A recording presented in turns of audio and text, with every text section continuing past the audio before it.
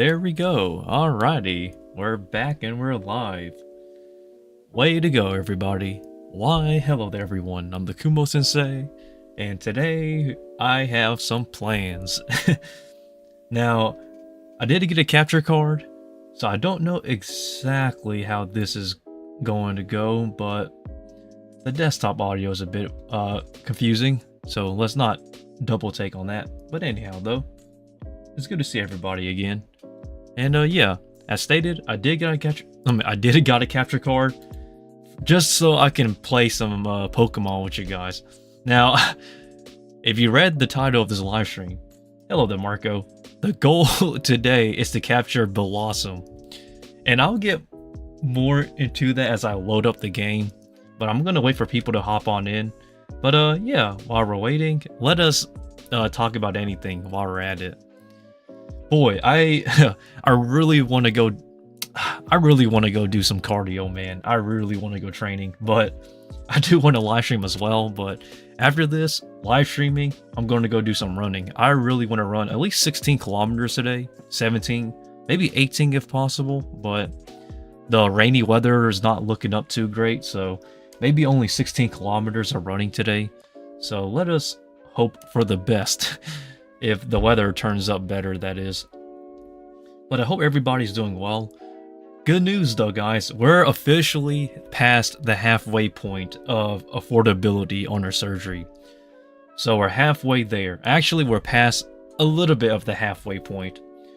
But we're getting closer and closer. So I'm hoping by the next 2 to 3 months, I should be able to afford the surgery that I need. So yeah,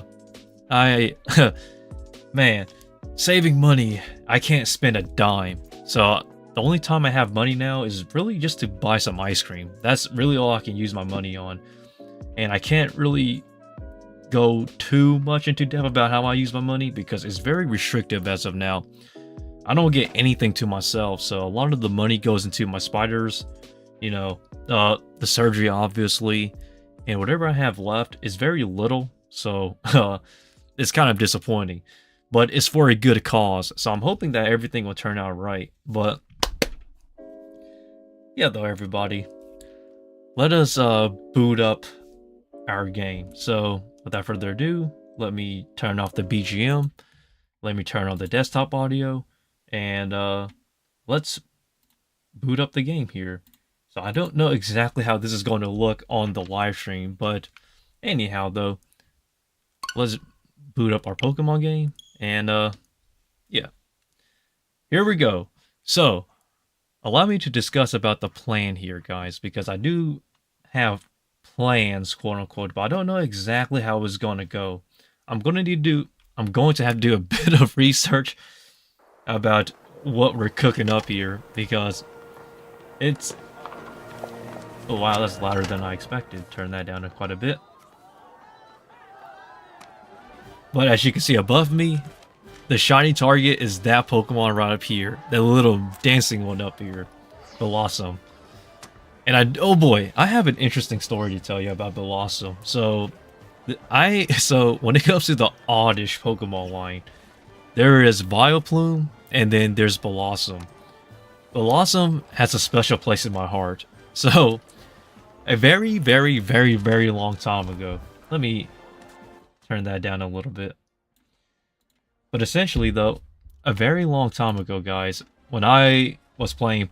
So a very long time ago, essentially, when I was playing Pokemon Emerald, I was still a kid, sort of. And I did not have a Leaf Stone to evolve Gloom into Vileplume. But I somehow had it a Sunstone. And with that Sunstone, I actually evolved my Gloom into a Bellossom. And oh boy, that... That was one of the best choices I ever made in Pokemon, honestly. But hey, to each their own on what people like, I guess. So today, to make up for it, I really want to target the Pokemon above me, Bellossom. Oh boy, but we gotta make some sandwiches. I don't really have, so in this game, essentially, you make sandwiches to increase your shiny power, which increases the chance of it being shiny. The full odds of a shiny Pokemon is 1 out of 4,096, I believe. And with the shiny charm is 1 out of 1,366. I could be wrong on that, but I don't know. We'll correct that. But as of now, though, guys, the goal is to actually hunt this this shiny, quote unquote. So I don't know. So I don't really know exactly how this live stream is gonna go because this is essentially the first time I'm using this capture card. So yeah, we're going to host a picnic. Oh, take that turn. Alrighty. We gotta find a place to make a picnic first. Essentially, this is the start of actually making our sandwiches. And oh boy, man, I truly love Pokemon. Pokemon is one of my favorite game series of all time. That is something a lot of people don't know about me. I truly love Pokemon. But let's see if I can pull up the sandwiches here. Okay, where is it? I need to pull up the recipe, essentially. So that's currently what I'm doing. I'm... Pokemon...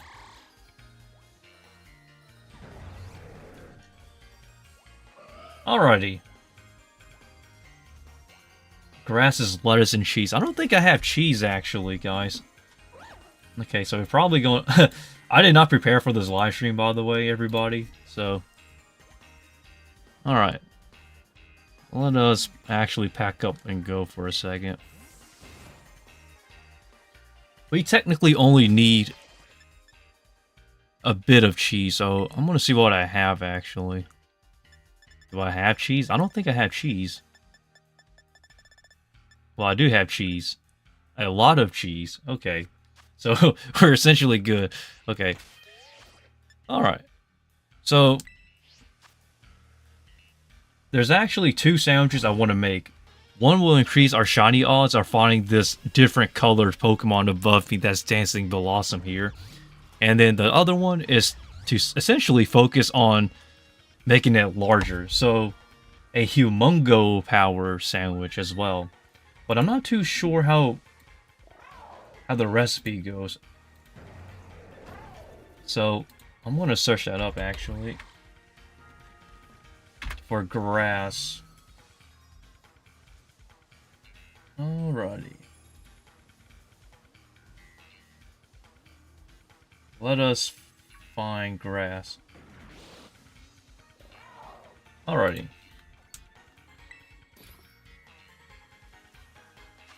So here's the plan. We gotta go creative mode here. And essentially, I'm gonna use 2 lettuces. It says 2 potato tortillas. I hope this audio isn't too loud because I don't want it to be overwhelming. Because I don't want my audio to overwhelm what I'm saying here, guys. So,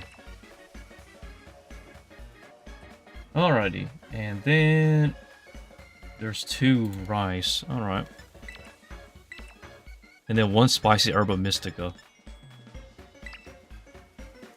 Alrighty. So let's see how this goes. I don't really know how much this will affect our chances here, but I am not a big fan of making sandwiches in this game. There's 3 pieces. Okay, that's interesting. So this is essentially a mini game to where you gotta make the sandwiches because Nintendo wanna be making stuff very complicated, as you can see. Maybe I should have placed the lettuce on last, but... God, I am the worst at making sandwiches, but...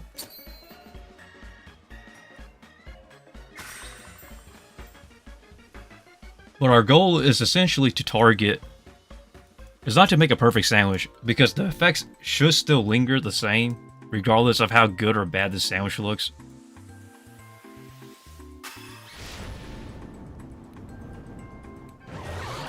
See?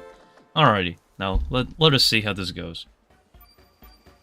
3 stars? Okay, that's fine.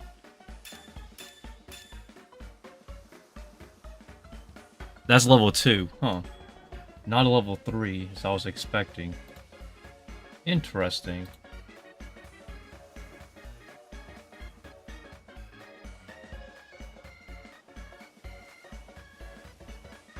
Spicy herba, 2.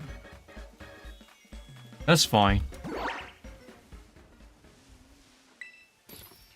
Alright, now we gotta create one more sandwich here. This is not going to be an easy hunt because I specifically... I don't want a giant Bellossom. I just want a larger than average size. So, alrighty.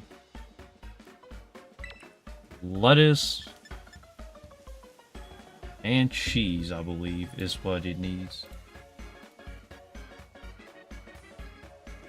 Okay, so we need 2 lettuces, 1 prosciutto, and then we need a red, green, and then yellow. Yes, I'm looking at the ingredients here because I don't... Alrighty.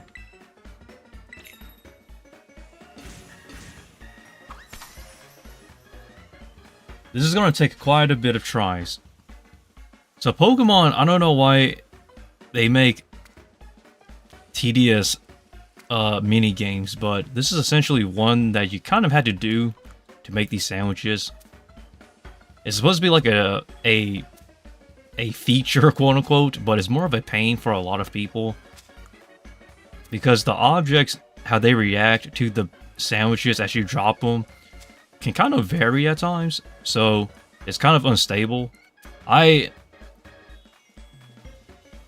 am not really the biggest fan of making sandwiches because some ingredients, like, I cannot have any control over whatsoever, and some are better than others.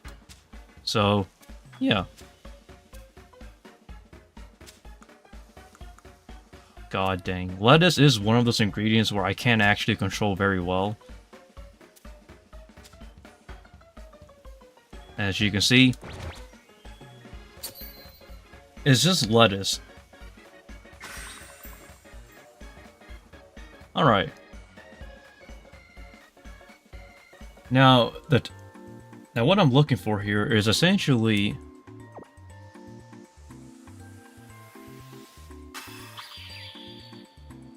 Oh, excuse myself.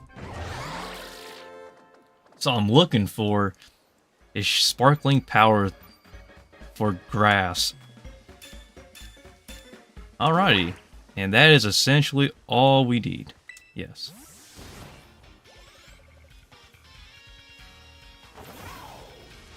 Now all we gotta do now is essentially run around until we find what we're looking for here.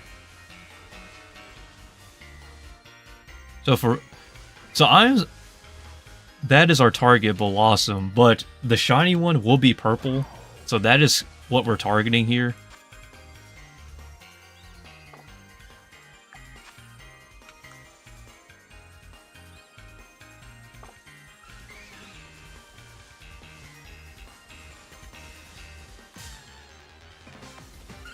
Whoops, I accidentally ran into you by accident, okay. No, I am specific. Okay, I am very, very, very specific about my shiny hunts.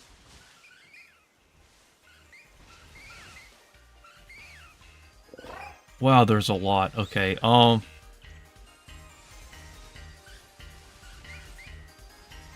I'm looking for a purple one, but this is not going to be easy because our chances is still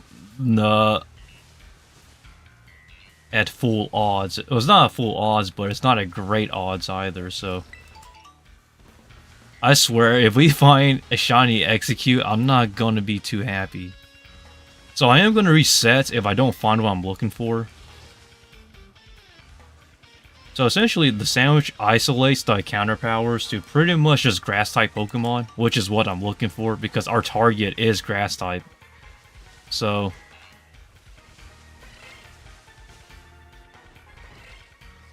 Oh, that had me bugging for a second.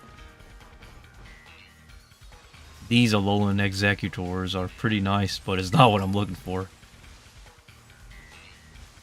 Alright, Bellossom. That's all I need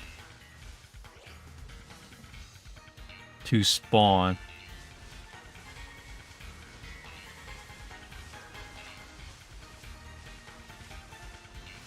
Oh, this is okay. This is where it gets very tedious. So I'm praying to God that we find what we're looking for. There are all the Bellossoms, but none of these are purple. So I'm targeting. So what I really want is a purple Bellossom that is shiny, obviously, but also one that is female. Female Bellossom shiny is what I'm targeting here.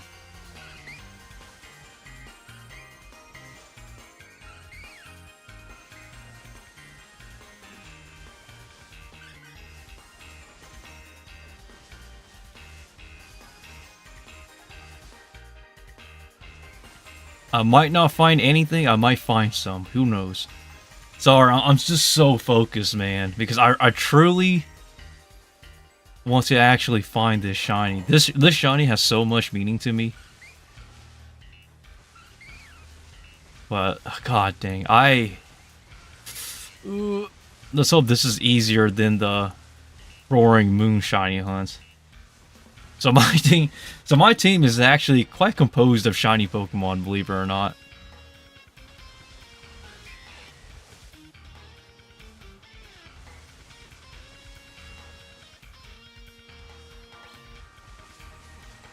Okay, I'm finding Espers here, which...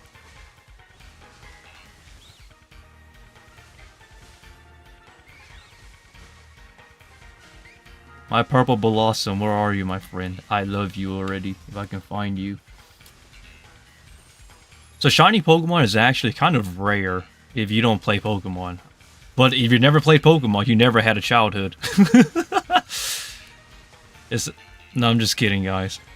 Everybody played Pokemon at some point. So you should know what a shiny Pokemon is. If you don't know what a shiny Pokemon is, boy, do I feel bad for you.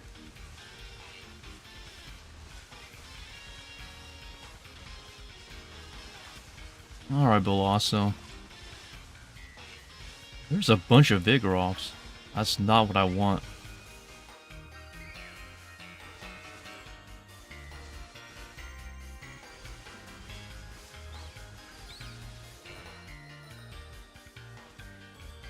I am targeting that one shiny if I can find you. It is a beautiful purple. You're dancing above my head. The sprite is that, at least.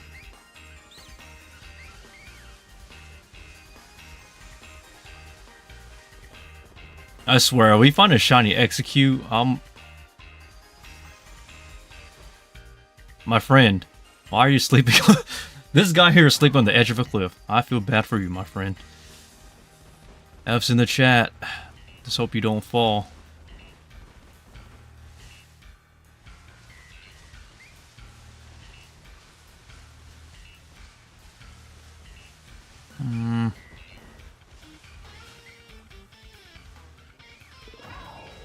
None of you guys are purple.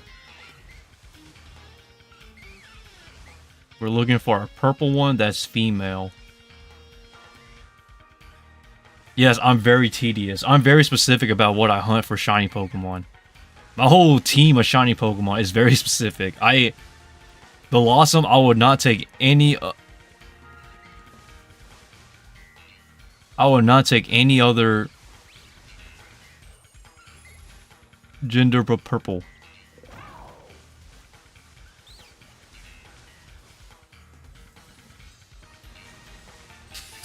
Purple, my friend, is what I need. So Pokemon Scarlet and Violet is pretty interesting how Pokemon spawn. So usually 15 Pokemon can spawn per area. I did not mean to run into you, my friend. Hold up. Sorry, you're not my target here. I do have some shiny Pokemon on my team, but I'll show you guys those Pokemon later. As of now, I'm just looking for my purple dancing beauty. This is a Pokemon that truly means something to me, though. I thought you were it for a second, but it's not. Why is shiny Pokemon so hard to come by in this game?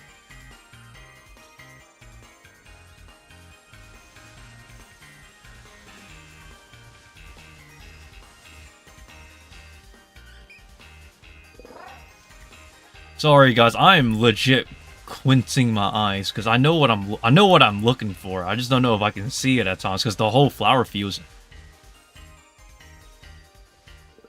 it's so colorful that it blinds my eyes to confuse me.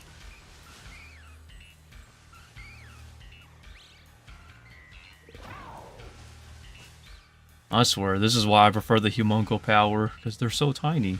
But I love you guys though. If I can find you, that is.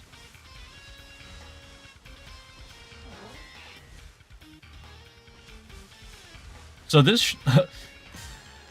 so in my head, this shiny hunt should be easier than actually the Shining Roaring Moon. If you don't play Pokemon, you know what I'm talking about.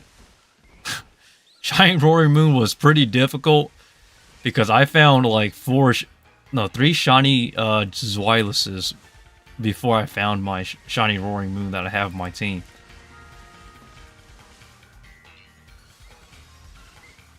Here's the Bellossoms. And there's someone sleeping on that cliff over there. That's not pleasant to see. You're a Pika-Pack.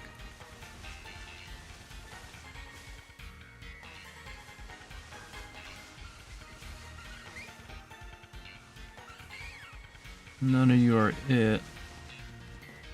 Okay. We have 20 minutes left. But if it goes out, I will reset and then try again to hunt, to make the sandwich and whatnot again, just so I don't waste my Herba Mystica. Because Herba Mystica is a sandwich ingredient that's used for sparkling power. But the thing is that Herba Mystica in this game can only be obtained through 5-star raids, which is 5 or 6-star raids and up, which is honestly quite tedious. So I don't really want to waste my Herba Mysticas. So I do have plans on resetting if I have to, just so I can save my resources. But my current goal is Bellossom though. So, as I stated before, the reason why Bellossom is such a special Pokemon to me, because way back when I was playing Pokemon Emerald, which is like a very long time ago, I did not have a Leaf Stone to actually evolve my Gloom into a Vileplume, because you need a Leaf Stone to do that. But for some reason I had a Sunstone, and I used the Sunstone on my Gloom without actually knowing that it actually evolves into Bellossom. And oh boy, I never regretted it. I seriously think Bellossom is the better evolution line than Vileplume. No disrespect to Vileplume though. Vileplume's still the OG, but strongly prefer Bellossom though. Hello there, John. I hope everything's going well. I'm playing Pokemon. That's all I'm doing. So that is why I'm hunting for Bellossom though, because I never had a shiny Bellossom before, so this is going to be awesome.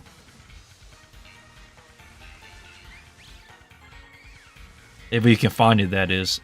So a shiny target is the one above us that you see is purple instead of green, and that is what we're looking for. But I am specifically targeting for a female, a shiny female.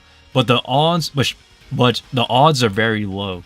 So for those who don't know, shiny Pokemon they're kind of hard to spawn, but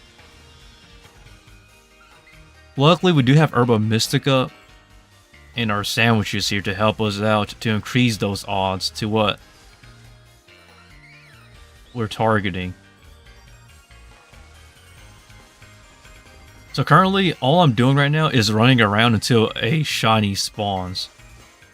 Now, I don't know exactly if we'll actually get our shiny Bellossom on this try, but the stream will not end until I get it.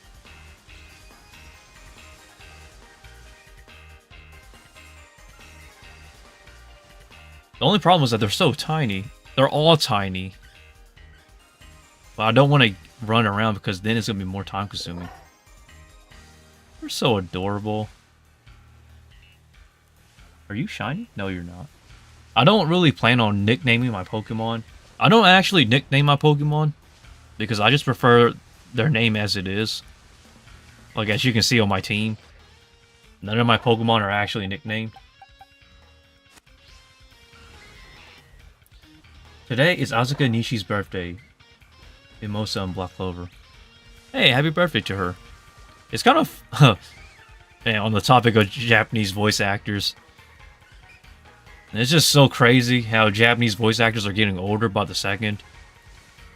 You know, if anything, John, when it comes to voice actors, I really need to keep up with the newer people. Because, I don't want to say I'm old school, but when it comes to anime voice actors, man, I am not the most updated when it comes to the newer voice actors. Because, you know, it takes a while, though. Because if you want to be known in the voice acting community, you need to have your big break. And a lot of, you know, the upcoming voice actors, they're still voicing a lot of small roles. But someday I'll become familiar with them. And maybe someday I'll get my chance to actually voice act in something. Like, I truly want to voice act in something, but my chance has yet to come. But every day, though, like, every day I dream, you know? Because, wow, that's a lot of Bellossom in one small batch. But I truly want to believe, man, like, that one day I'll get my big break. I don't, like, I just want to voice act in something. I don't care if I get paid $1 or $0. I just want my voice to be credited for something. You know, and just like every single seiyuu and Japanese voice actor out there, they all had to wait for their chance. And I hope that one day mine will come. Because, like, I don't know, man. It kind of, it doesn't hurt, but it can be kind of intense. You know, every single day you're just waiting and waiting and waiting for your big break. But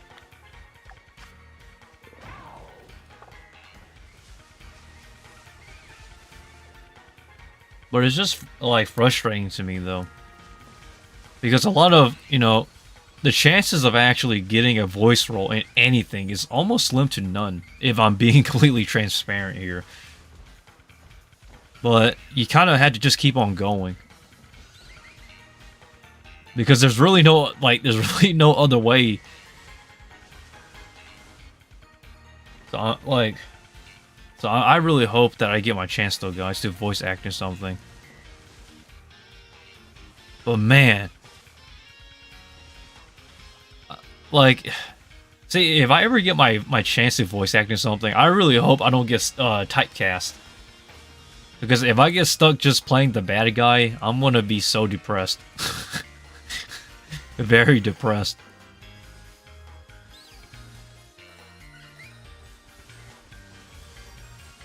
Because when I'm stage acting, guys, like, I usually get typecasted, which is essentially... So for those who don't do any sort of acting, typecast is when you get stuck. It's essentially when you get stuck into playing one type of character, and you kind of don't want that to happen to you, because it can kind of... It doesn't really hurt your career, but it forces you to actually be stuck in a character role that you might not like.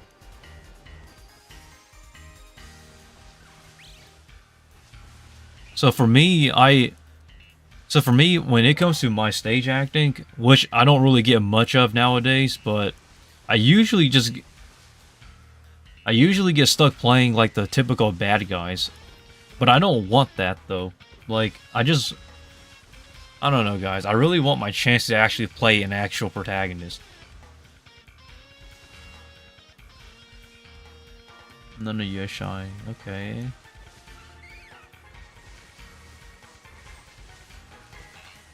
If you don't believe me, just go do it yourself. That's all I gotta say. And oh boy, I really want to go training. My legs are actually shaking because I really want to do some exercising later today. I actually start training again tomorrow, but my dieting essentially starts today. So that way I can transition better back into training and whatnot. So if you're wondering, that's the training schedule. Today is pretty much cardio, and maybe a little bit of abs, and a little bit of body weight exercises, but not much of actual weight training though. Like, I don't really want to train my arms too much because I think training arms is actually too easy in terms of workout. Because let's be honest, everybody trains arms. Like, arms is pretty much like the easiest body part to work out because you're using your arms essentially every single day, just like how I'm playing right now, you know? So I always tell people, if you're going to train, you got to train proportionally. So, probably do a little bit of abs, a bunch of, what you call it? A bunch of running for cardio, and also definitely, oh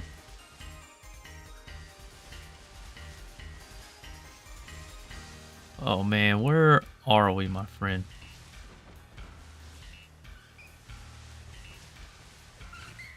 Dang, Bellossom, I'm still searching for you. But that's the plan for today, though. Now, I don't know exactly what I'll eat today, but if you're interested, I'll post a picture in the community section later about what I'll eat. I'm thinking about one banana, some watermelon, and eggs. For those who don't know, in my personal opinion, when it comes to working out, eggs is probably the protein that goes the smoothest in my digestive tract. Like, if I eat chicken and beef or something, my stomach can feel the weight on it. Like, it doesn't feel too good. It feels heavy. So my go-to protein, if I have to eat something, is usually eggs. But the only problem is that eggs, they give you gas, and your stomach kind of hurts. But I'm telling you though, eggs is probably my favorite protein to consume when I'm on a diet, because you just can't get any more versatile than what it is. We probably ran through a few hundred of these Bellossoms already. Still no shiny in sight. Bellossom only spawns around this area and slightly at the beach areas, but this is the more common area to find them. But that's currently my training regimen though.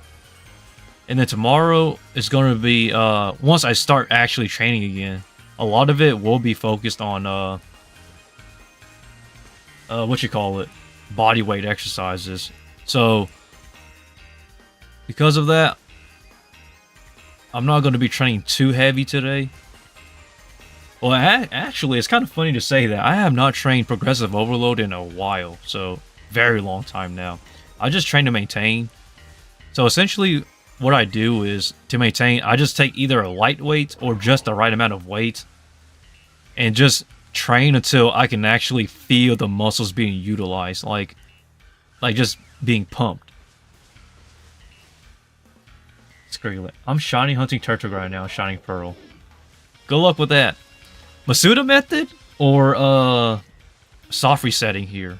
Are you resetting for your Turtwig, or are you Masuda method like hunting here for your Turtwig?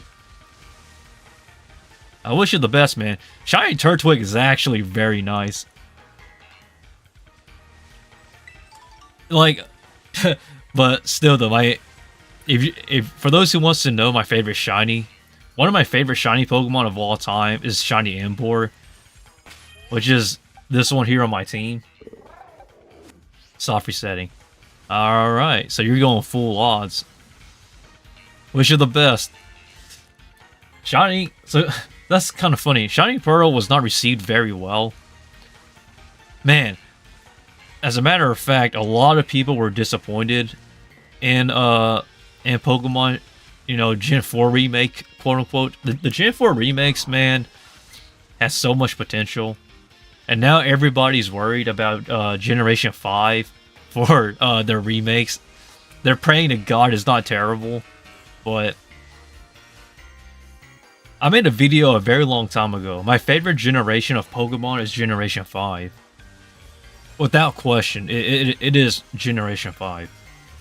Pokemon Black and White and Black and White 2 are my favorite. Like they're legit my favorite Pokemon games of all time.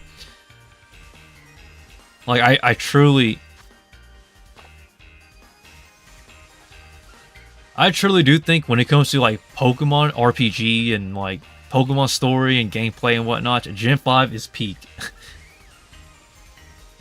But hey, to each their own. Everybody has their own favorite generation of Pokemon. But mine's is Generation 5 though. It's kind of... Oh wow, we just got... Ooh, about to say we about got soft locked for a second, but... So, it's kind of funny. And a very long time ago, when I was playing Pokemon Black 2, I believe, I found a shiny Lightbird. Level 24. I forgot what route it was on, but... I believe that was my first shiny in Generation 5. Still, one of my favorite memories. But, man, I pray. I truly pray that Generation 5 remakes are not bad. Because I think... I know those games are old, but in my personal opinion, those games are perfection. I've been shiny hunting for 4 hours now. Oh boy, you gotta... I wish you the best, man. Because that's... Soft resetting for a shiny starter is not easy. Because I've actually hunted for shiny starter Pokemon in the past. Not easy. Well, Gen 6 was actually easy in my personal opinion. I actually had a shiny Mudkip that I soft resetted for. It only took me 512 soft resets. So it literally only took me 1 day and a few hours. And this was when I was still in senior high. So, yeah, it's not too hard. And then, another shiny Pokemon I've gotten, another shiny starter Pokemon I've gotten, was shiny Totodile and Heart Gold and Soul Silver. That was pretty nice. I really didn't care what starter I get shiny. I just wanted a shiny starter for a Gen 4. So I literally just like, anything goes. And I got a shiny Totodile. It was timid nature, so not the best nature in my personal opinion, because timid nature, what you call it, lowers attack and increases speed. So, not the greatest, but I was still happy with it though. Shiny Hunting Gen 2 Remake. Gen 2 Remake, and it got in less than 1,000 reset. That's pretty cool.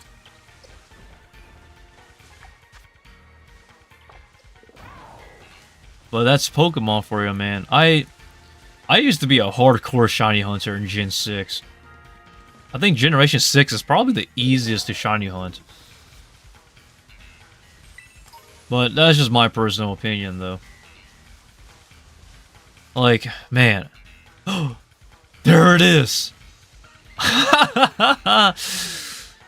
Oh, wow. Okay. Now we just gotta pray that this is female, so... I'm not gonna say, just in case this turned out to be a male, so... Are you female? You're male, okay. That is... Oh, man. That is not our target. Okay. Okay, here's what I said. I'm targeting shiny... I am targeting shiny Bellossom, but I want a female. So, but... Okay, I'm gonna reset, actually. Do we have enough time? Okay. Sorry, guys. I can't do it, no. I cannot. I'm gonna try again. So, don't hate me, guys, but I'm targeting I'm specifically targeting a female. Oh, I am that picky about my shiny hunts. Like, I will actually spend another year hunting a shiny Pokemon just to get it right. Oh man. It's not for competitive reasons. It's just because I'm very specific about what I want. I know exactly what I want too. Alright. I'm gonna...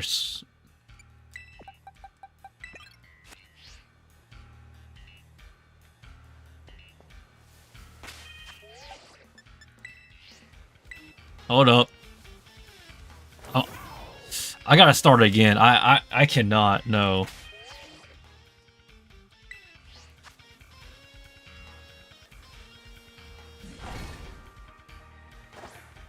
Same with me. Oh, it's a good thing I'm not the only person who can relate here. Alrighty.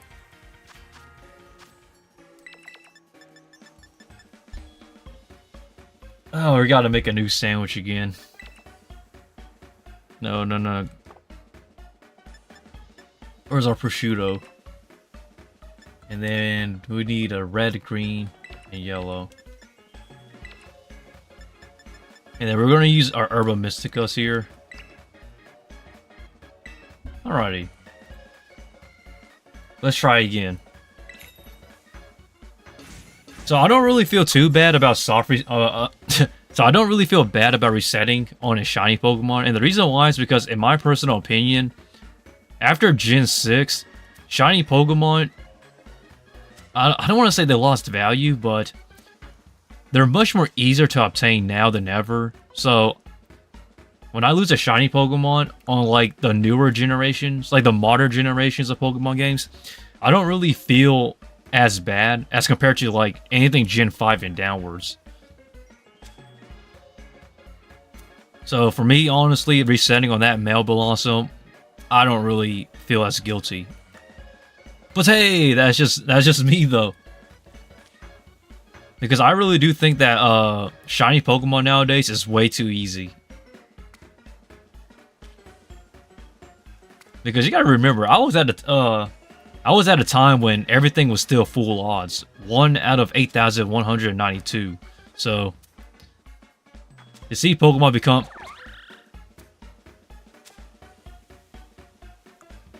Oh boy. Let's hope I still have the same sandwich power. If not, I'm gonna reset.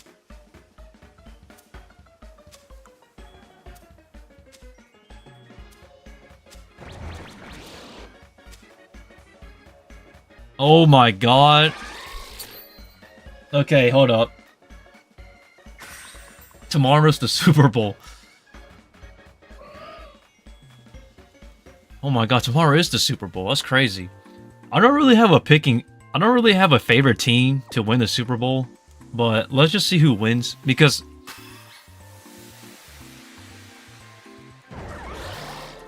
honestly, I don't...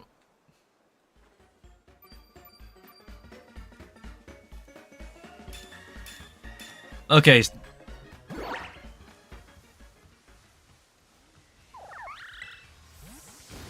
Alrighty.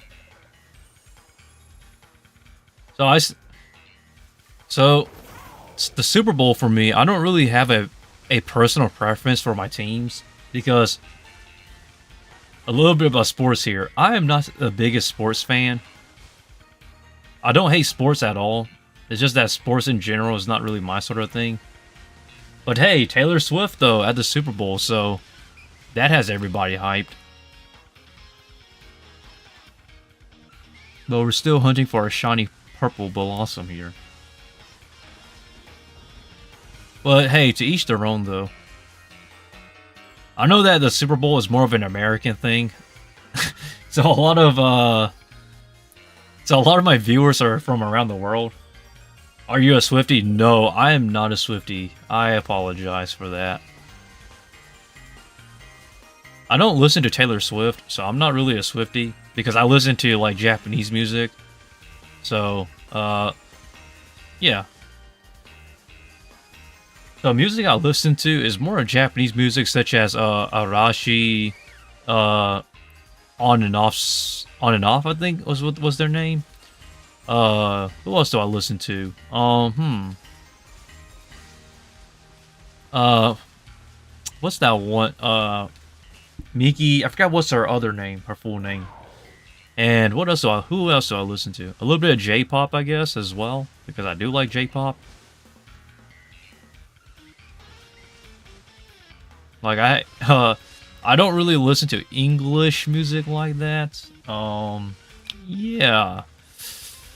And I also listen to gaming music as well. So like game OSTs such as Pokemon. My favorite Pokemon OST is probably Laments of Falling Stars and Sayonara from Generation 5 and Undella Town from Generation 5.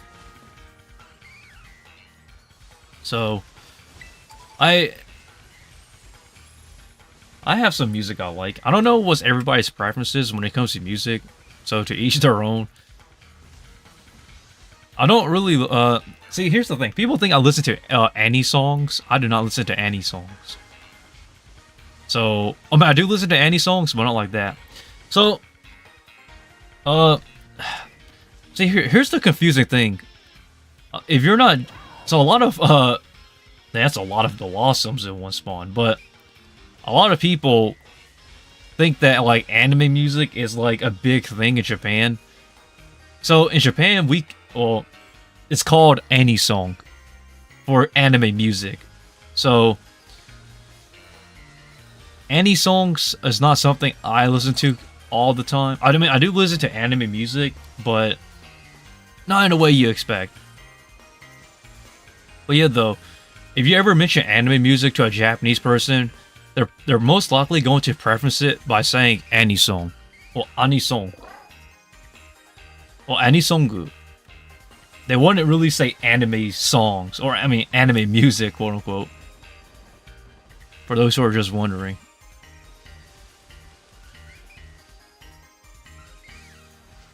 Alright, Bellossom, let us look for you. But yeah, it really confuses me though, man, when people are like, yo, you listen to anime music, man. Like, Japanese music is like the coolest, man. I love anime music. I'm like, bro, whoa. I mean, thanks, but Annie songs are, yeah, there's more to, see, there is more to Japanese music than just, anime songs. I love anime, but my god, do people really, get confused about it. But just a little heads up though, guys. Anime music is not like the only music out there for Japanese people. Come on. Like one song I like is none of you guys are it, but Official Hige Dandizon. I like their music I like their music a lot actually. I like Pretender. Pretender is actually a really good song, and that's not an anime song, for example. But they do sing anime openings though. They did sing the what you call it?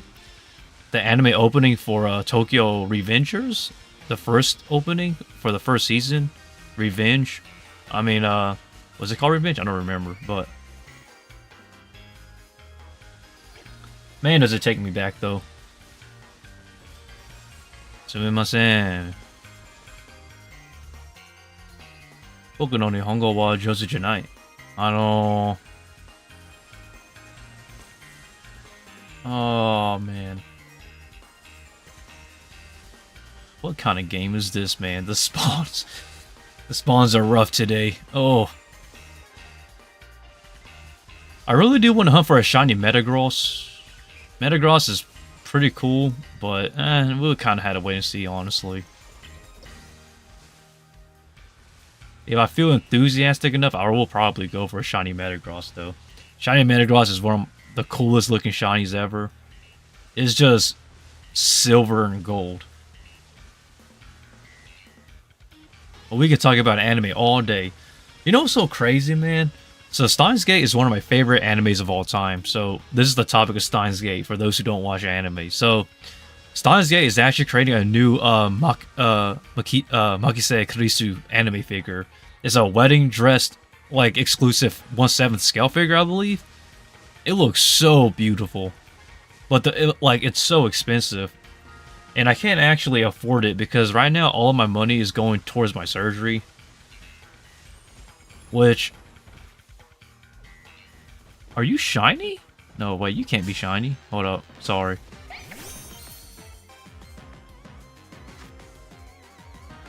Oh god, wrong wrong shiny, guys. Well, I'm just gonna Premier Ball this. Well, we still do have time, so maybe we can find a shiny Bellossom in time. So we just kind of had to wait and see. Have you played Power World yet? No, I have not. I have not played Power World yet, but I will stand by Power World, though. As long as it's not AI generated, as what they say it is. But that has yet to be proven. But here's my honest take about Power World.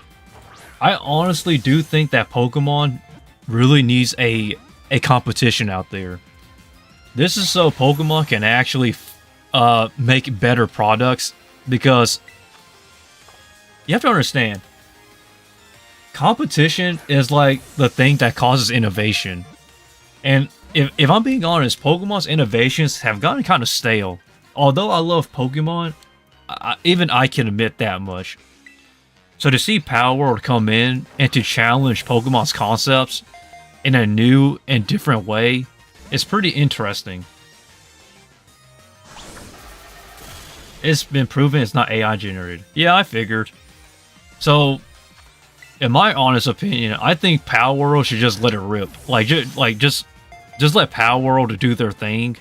And if Nintendo is smart enough, they'll actually innovate Pokemon to make it better.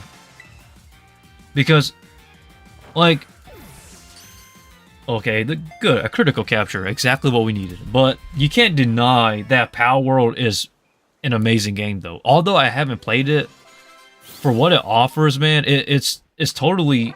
I don't want to say it's game-changing, because like... What's the right term to put it? I don't even know how to put it myself. Oops, my bad. We have 20 minutes. Good, okay.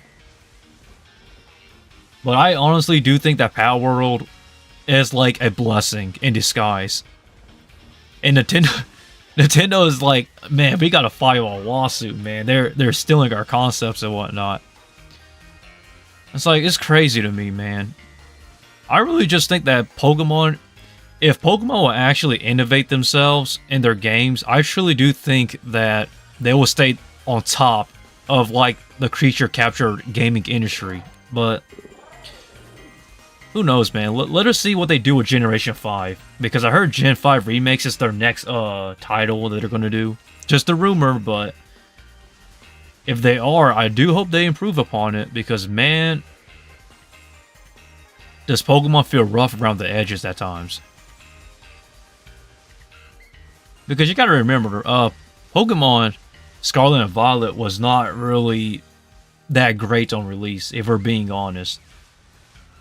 There was glitches and exploits everywhere. Duplication glitches, item glitches, the whole 9 yards. And like, feature glitches and everything. So I truly do hope that they actually, you know, innovate. But let's see what they do, though. Like, I always love Pokemon, but even I will admit faults and flaws when there is some. So like I stated, just let Power World thrive. Because if they do better than Pokemon, Pokemon is going to have no choice but to innovate.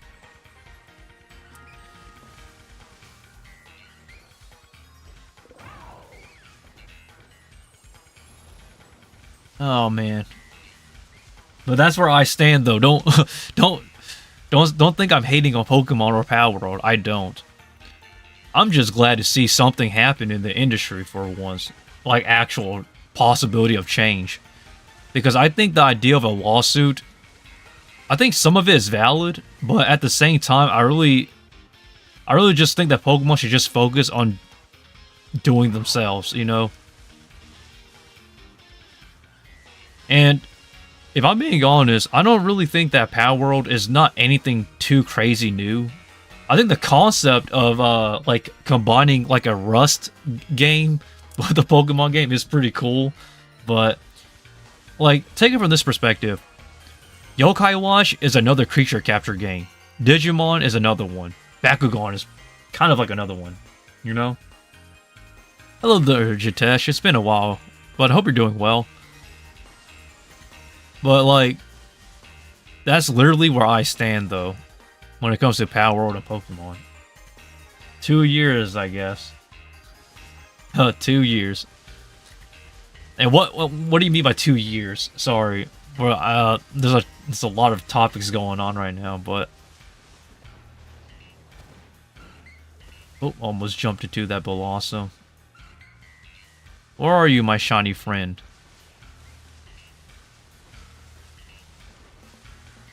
Okay. But hey, that's where I stand though. Don't think I'm hating. I don't hate on Pokemon. I love Pokemon. I love everything. But we're all human. Oh, but Pokemon is my childhood though, without a doubt. And Yu-Gi-Oh! As well. I still gotta learn how to play Yu-Gi-Oh! I really do think Yu-Gi-Oh! Has some of the greatest anime lore of all time. And I'm not talking about like the Yu-Gi-Oh! But I'm talking about like the archetypes and the cards themselves. Yu-Gi-Oh's cards even tells their own stories. I don't know if there's any Yu-Gi-Oh! Players in this chat, but god dang, I do love Yu-Gi-Oh! You saw the Yu-Gi-Oh! 25th anniversary like promo they did? It was so cool, man. God, I loved it so much. I watch it like every day now. Because you get like you get to see actual lore of the cards.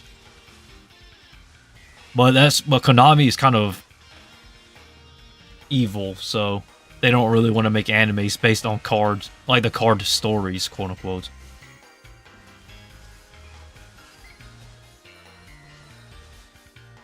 Oh wait, did I already pass by yet?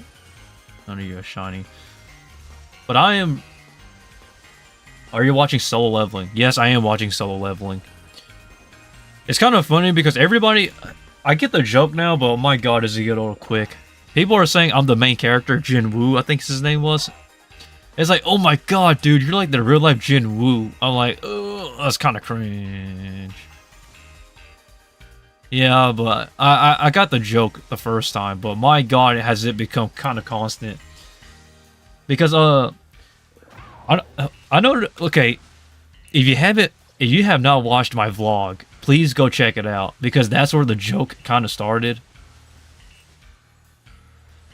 Because, like, if you want to see me, like, training and whatnot, you can go check it out. Because they're like, man, this guy is legit Jin Woo. I'm like, oh, man, I mean, I appreciate it, but please, keep it on the low, though. Are you caught up to the manhwa? No, I'm not caught up with the manhwa. But I know what happens, though. My friends have read it. So, yeah, the Solo 11 remind me of you. But, just a heads up. If you have not watched the vlog, and if you watch it, yeah, you'll see why people call me Jin Woo. I get the joke the first time, but my god, does it get old quick. Appreciate it, though. But yeah, though, after this, though, I am going to do a bit of training.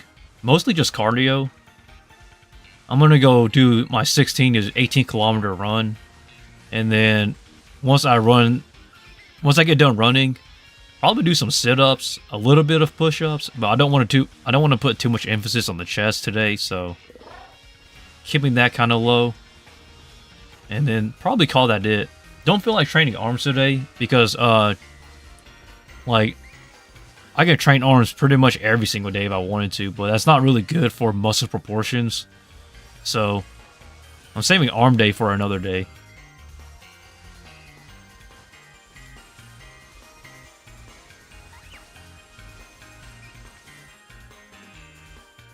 Hello. That's a weird way to see. Yeah. 18 kilometers, my god, how? I've stated this before in the past, but I'll state this again as well, because some people are most likely new here. So I actually run marathons once in a while. It's been a long time since the last marathon I've run. The last marathon I've ran, but I do run marathons from time to time, and I still do run pretty much every single day, but just not as much. But on average, though, on a short day of running, I will only run. On a short day of running, I'll only run 6 or 8 kilometers. But hi, hello there, Rudy. But yeah, if you're wondering about how much I run, 6 to 8 kilometers, 6 or 8 kilometers is on the shorter end. But usually it's 12 to 14 kilometers on average. But I am feeling the cardio today. I really want to do cardio, so I'm going to go do running after this shiny hunt, that is. If we can find the shiny Bellossom that's female. We're hunting for this female Bellossom that's pointed above me, our shiny target. But instead we have one shiny Esper that is a male, which is disappointing. I like female Espers, by the way. That we just... But, hey. How often do you use your status recovery reward? What do you mean by that? Be more specific. By how...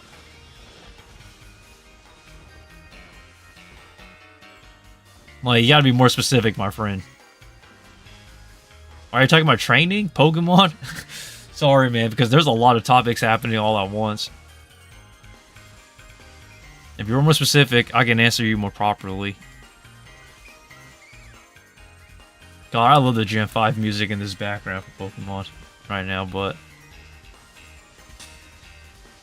The Jinwoo joke. Yeah. I don't really get breaks often, to be honest.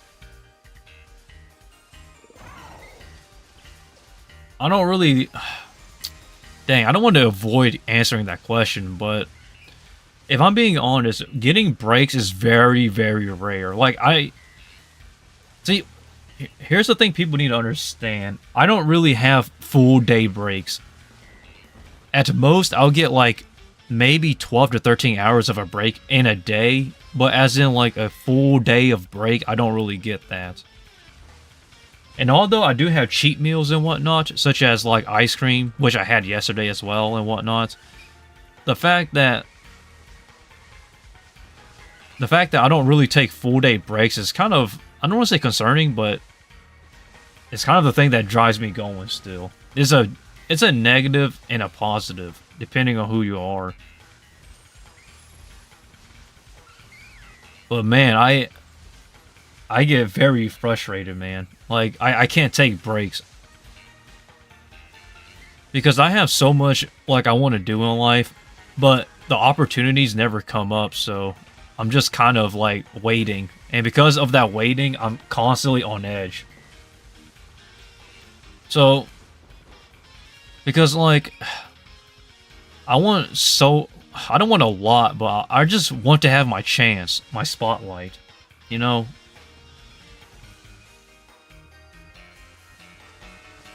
Because the thing is that... See, the thing... Man, I don't know how to word this. Nobody chooses me. Nobody would choose you. You have to choose yourself. Like, if nobody chooses you, the only choice you have left is to choose yourself. And I know it doesn't really make sense, but you are your own main character. I think you should view life as in somebody else is looking into your life. Like they're reading a book about you or a manga about you, you know? And I don't want to look at my own story and be disappointed that, like, I was a lazy person or I was a person that gave up easily.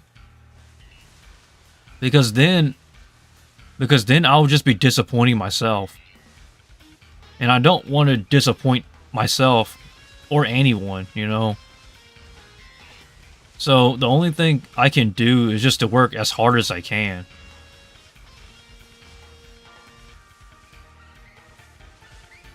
But hey, that's just the way I view myself, though. I don't want to go out like a loser, you know? But even if I don't succeed, I just want a bittersweet happy ending, at least, you know? We have 8 minutes left, and there's still no shiny spawning. Ugh. We have one shiny that wasn't it. 4 more days until Valentine's Day, and I still don't have a date. I mean, a girlfriend, or, whatnot. But hey, maybe one day I'll get a new girlfriend. I'm too lazy to date right now.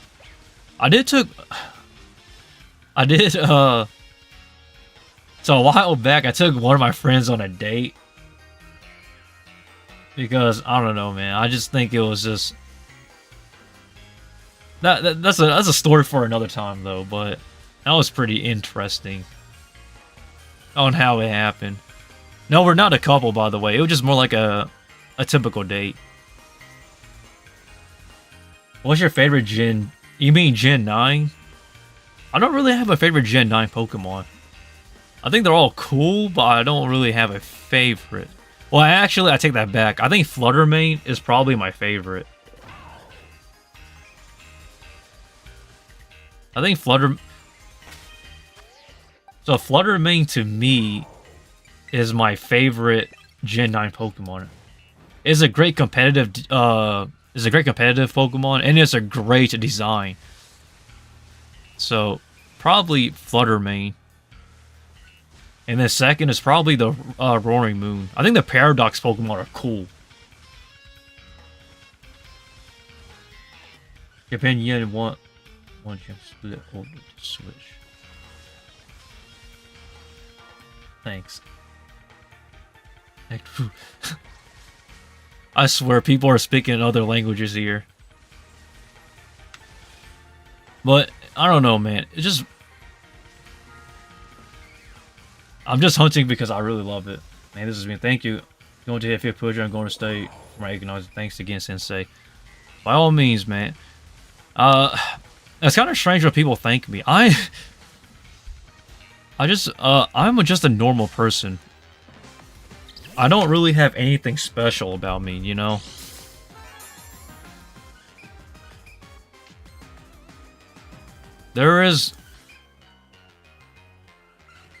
Being special is kind of like a interesting thing to talk about. I don't really consider myself any different from anyone else.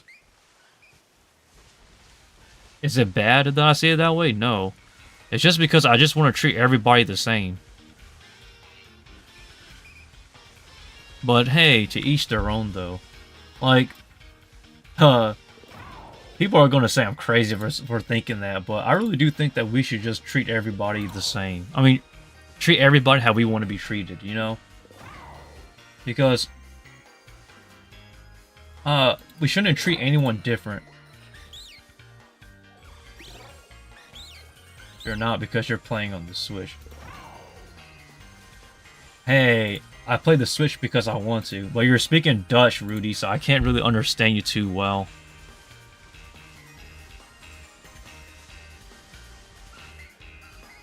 Today's Chinese New Year.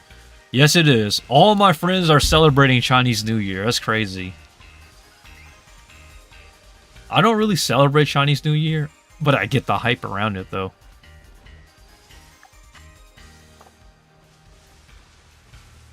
I think the Chinese New Year is pretty nice.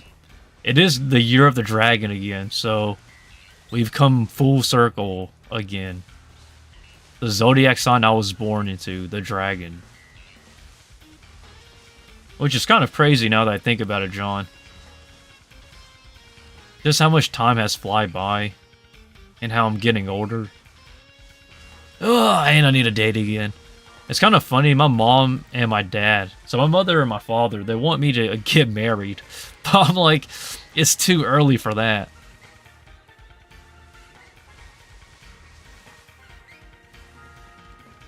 It is way too early for me to get married. But maybe someday. Someday.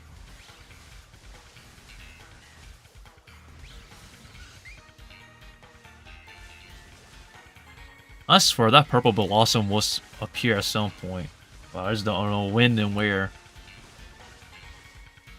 But I really want that purple Bellossom though. But it is Chinese New Year, so if you do celebrate it, go have fun. Go all out, baby. Chalapong. Man, dumplings are good. I like those a lot. Soup dumplings are amazing. Underrated. And I love fried rice. Great source of carbs. Like, I really... Oh, man. The Chinese heritage is awesome.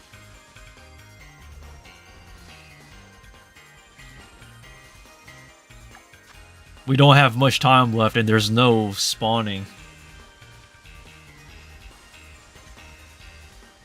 Oh, God almighty, Bellossom. I just need one purple female.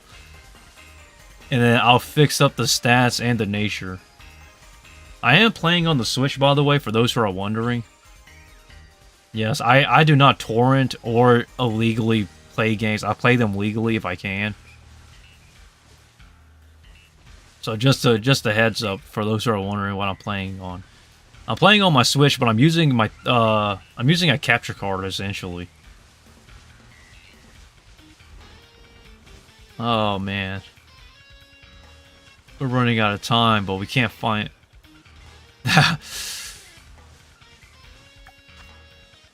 We have about 2 minutes left. That is one huge Bellossom, standing from the rest of the crowd. But, dang, it's crazy.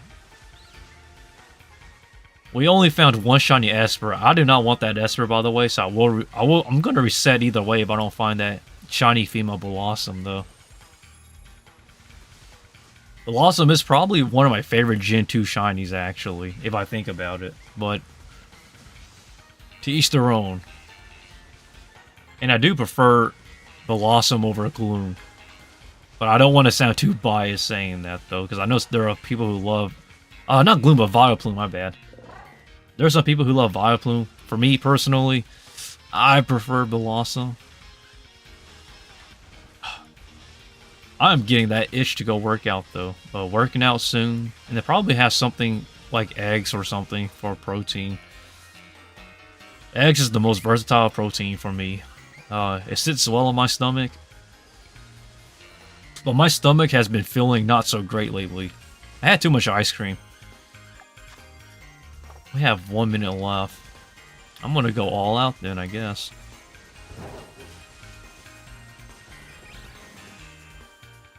Okay, we're gonna have to reset for sure. Yep. I did not mean to run into you. Oh my god.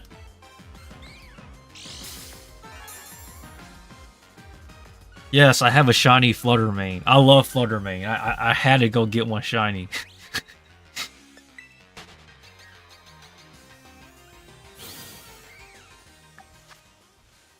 We have 30 seconds left and no shiny.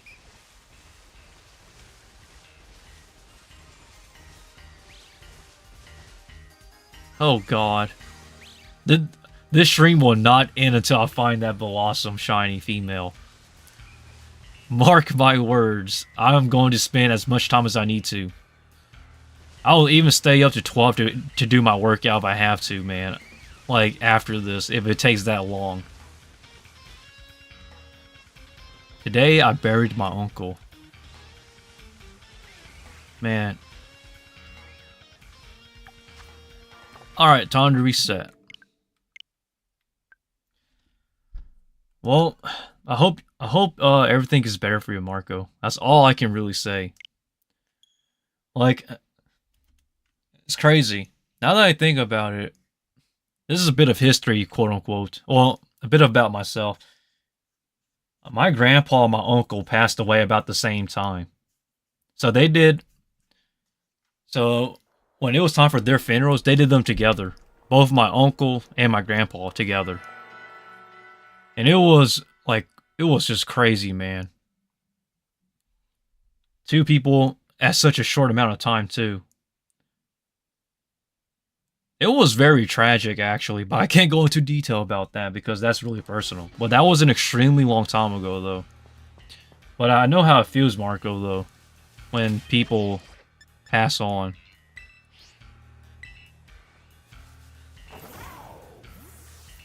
So I really hope that everything gets better for you, Marco. Because having a big family, I think what a lot of people don't recognize is when you have a big family, like, it tends to happen more often that people pass on.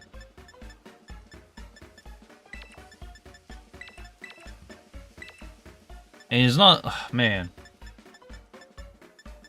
This is one of the downsides of having a really big family. In my personal experience, it's when people pass on. But really, you'll learn to cope with it, though.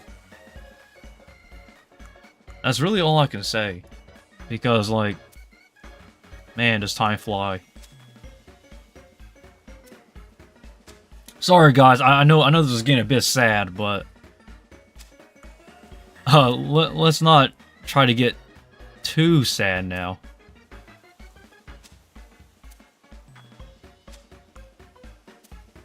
But I still remember my grandpa, though. My grandpa was a really wise man. It's just crazy.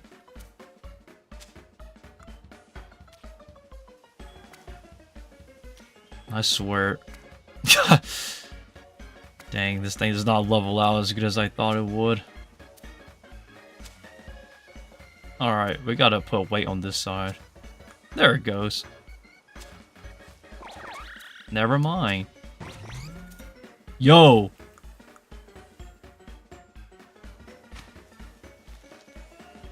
Yo! This... oh my god. This ugly sandwich. I swear. One of my siblings actually worked at a Subway. So, that's a funny story to tell. Oh.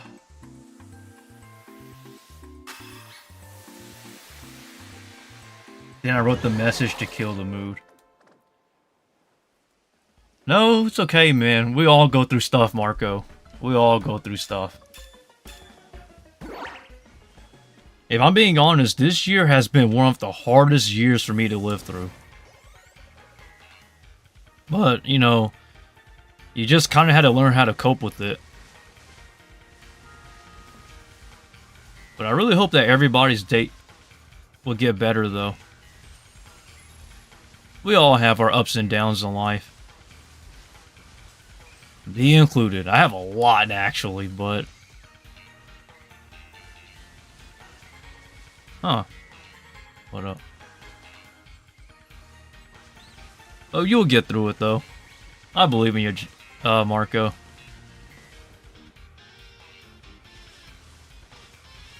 It's Pokemon, after all. I mean, it's... Oh, wow, you jumped right in front of me. Our homegirls are coming to back her up. I really don't want to be running into these homegirls here. Well, this stream will not end until I find that shiny Bellossom, guys. Just to let you know. Look. See, I've said this before and I'll say this again. I am not really the type of person that schedule my day, like... How is making money for your operation going? The good news is that we're past halfway, actually. Yo, yeah, let us... So, when it comes to my surgery, guys, we're halfway through. So, we're past the halfway point. And I'd say the next 2, maybe 3 months, I should be ready to go in terms of affordability. But once I get it, though, I don't know exactly if it will affect my daily push-ups routine, but I'm hoping it doesn't. From my understanding is that I'm going to be swelling up like a balloon on my face, so that's going to be kind of interesting, honestly.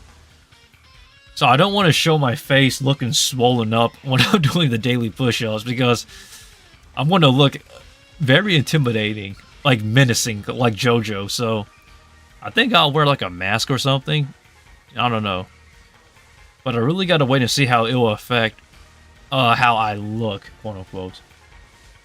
But I do have some, I do have plans to make a vlog about it though, about the surgery and everything, if it goes well, that is. Just so I can look back on it once I get older and be like, dang, I actually got a surgery. That's crazy.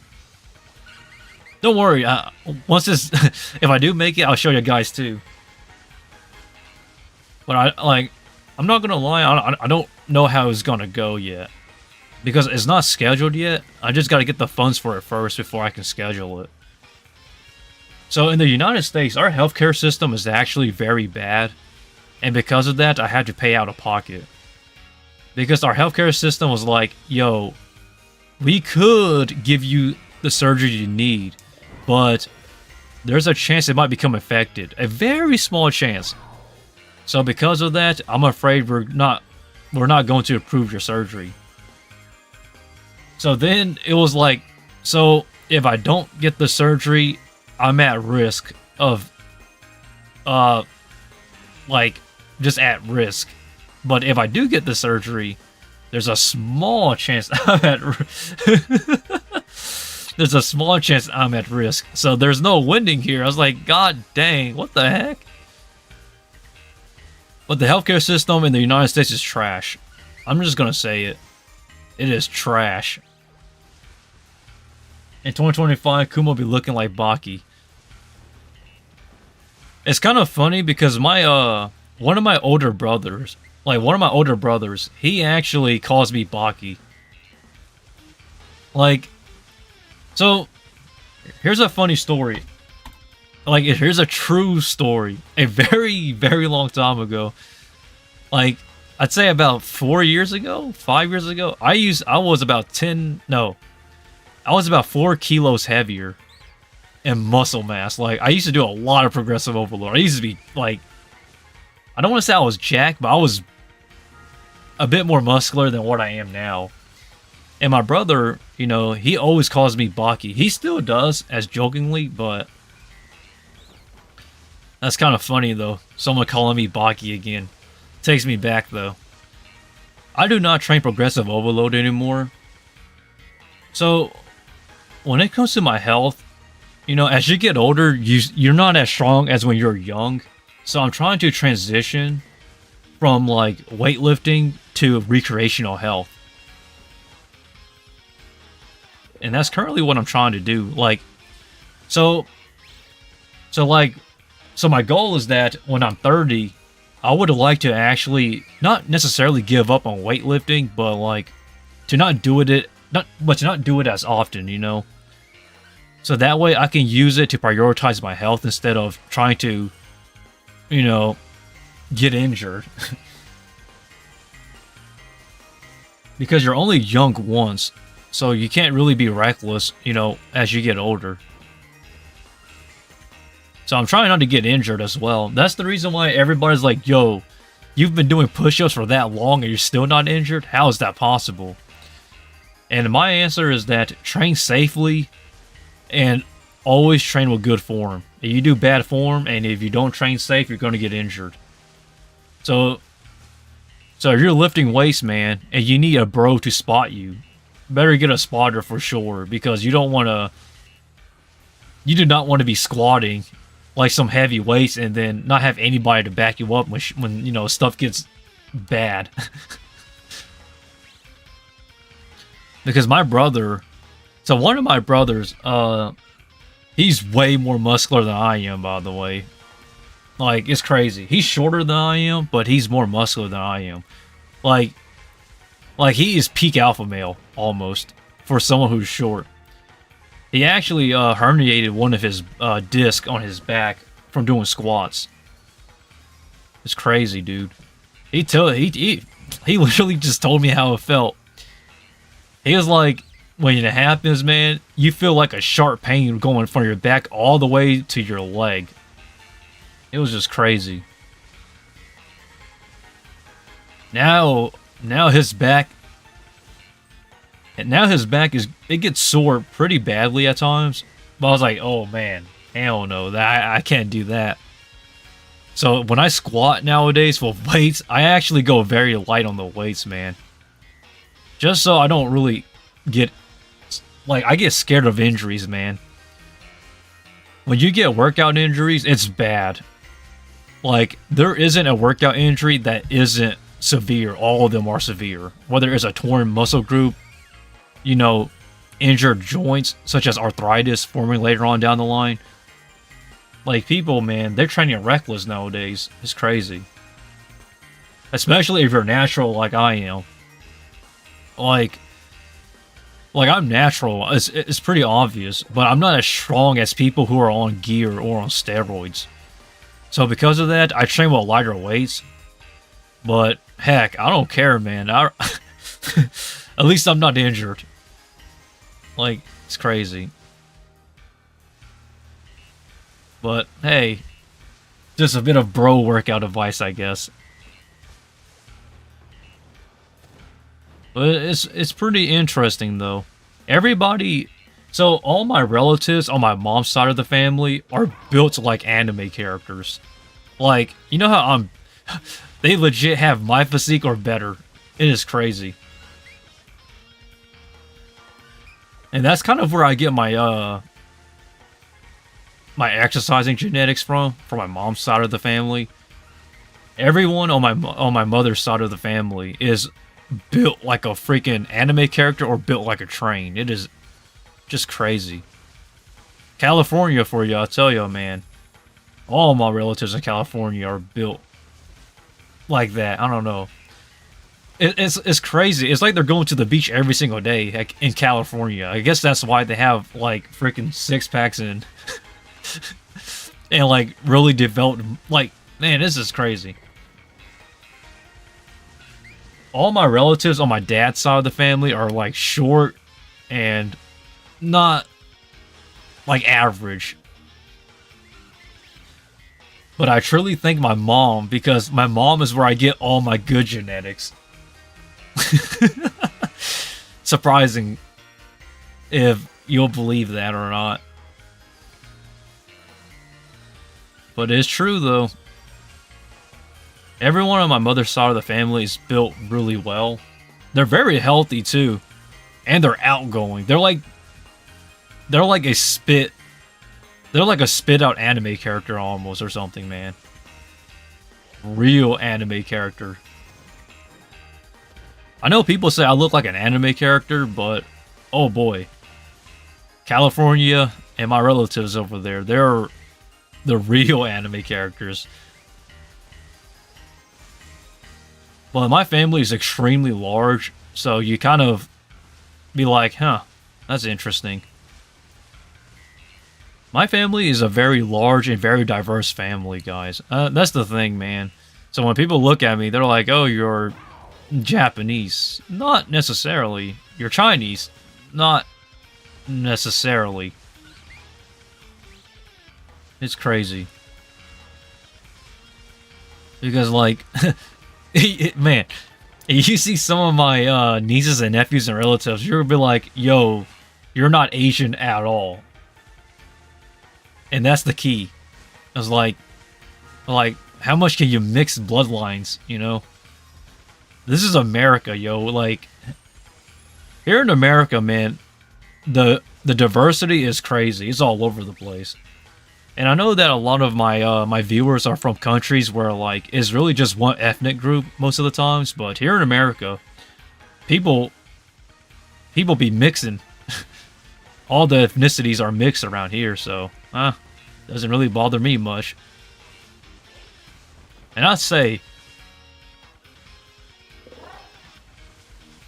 that again, man. I think people who are mixed blood, like they're oh, yes. Oh, are you female? Are you female? Are you female? No. No. Oh my god.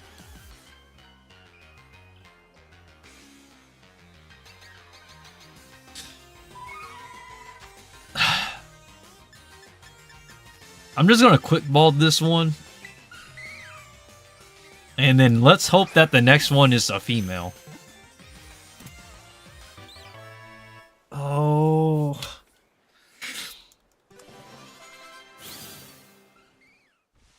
That hurts. I do want to check out the stats of this this Bellossom real quick. Hold up.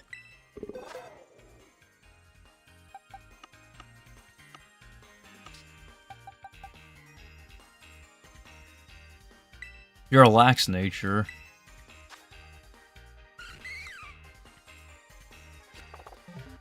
How much time do we have left on this? We have 17 minutes. Okay, I'm gonna look around for another female. So, fingers crossed we can find our female within the 17 minutes. If not, I'm gonna try again and reset. God dang it, man. God dang it.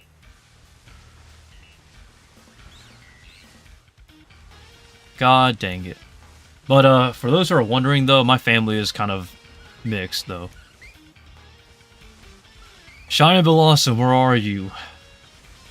If I do get that female Shiny Bellossom, I'm going to train that to level 100. Without a doubt.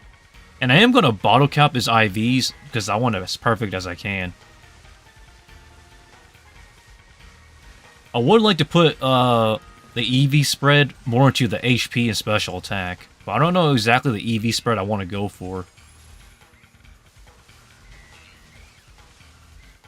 So probably put like 176 EVs into special attack.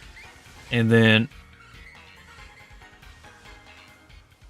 what I will do is probably maybe put around 200 no, not 200, my bad.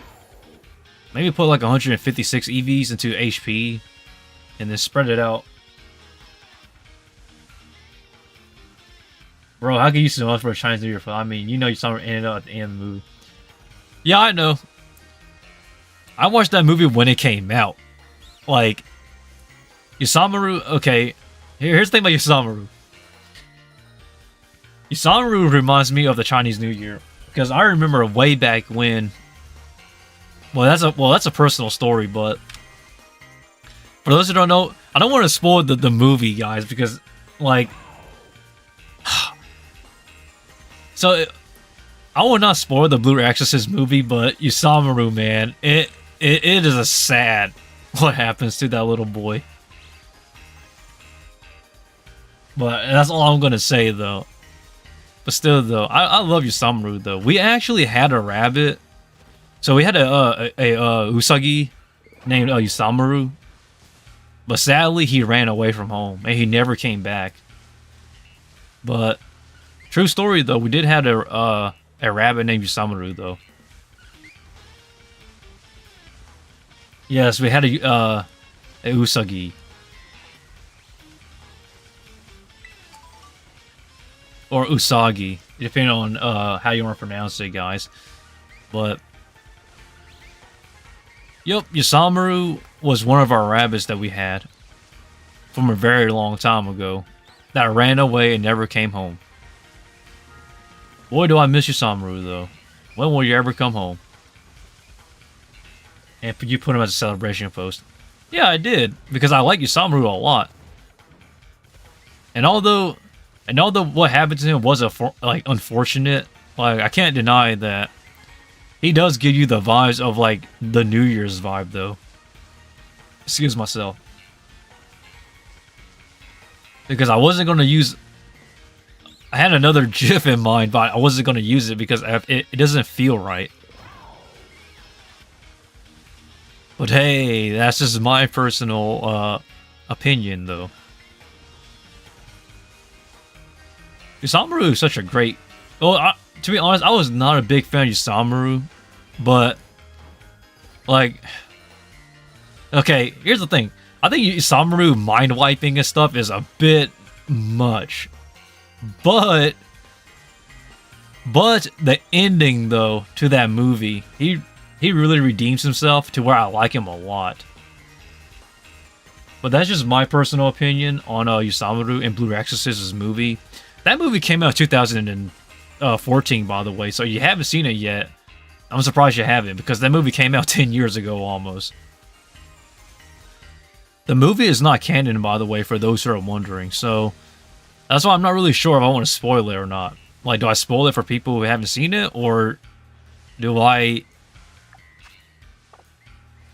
Or do I just go ahead and spoil it? But I don't know. You got any pets? Do you include the tarantulas as pets? Because if you do, that's like a few hundred. Because like I stated, I'm the Kumo Sensei, guys. I specialize in spiders. 2012. I feel even more old now, actually, than... Wait, 2012? That's crazy. I thought it was 2013-ish, but man. We have a lot of animals here where I am. Because we live in the middle of nowhere, so... When it comes to house pets, if you... Like, I just have tarantulas right now. But... I have, like... a few hundred tarantulas behind me. Which is all those containers you're seeing. And then my sister... My sister has, she has 4 cats, a bunch of chickens, and two ducks. And then my dad has some chickens as well. And he also has, a bunch of pigeons as well. And then, my whole family has animals, just put it that way. And my sister also has a husky as well. Yeah, my sister has a husky, so we all have pets, essentially. Like, it's essentially a farm. It's not a farm, but it feels like a farm. I think the most interesting animals are without a doubt the ducks.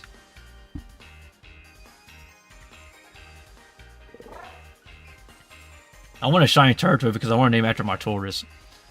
See, I love tortoises, but I feel bad because, like, tortoises will most likely outlive you. So, like, it hurts for me to see, like, an animal outlive me. And just see, like, I'm his caretaker, and if it sees me pass before it, I will feel genuinely bad. That's the reason why I don't want to get a pet tortoise. But I get the appeal, though. Bro, you're living in a zoo. Yeah, that's about right. It is essentially a zoo in my house, because it's a lot. But the most interesting animals here where I live are the ducks.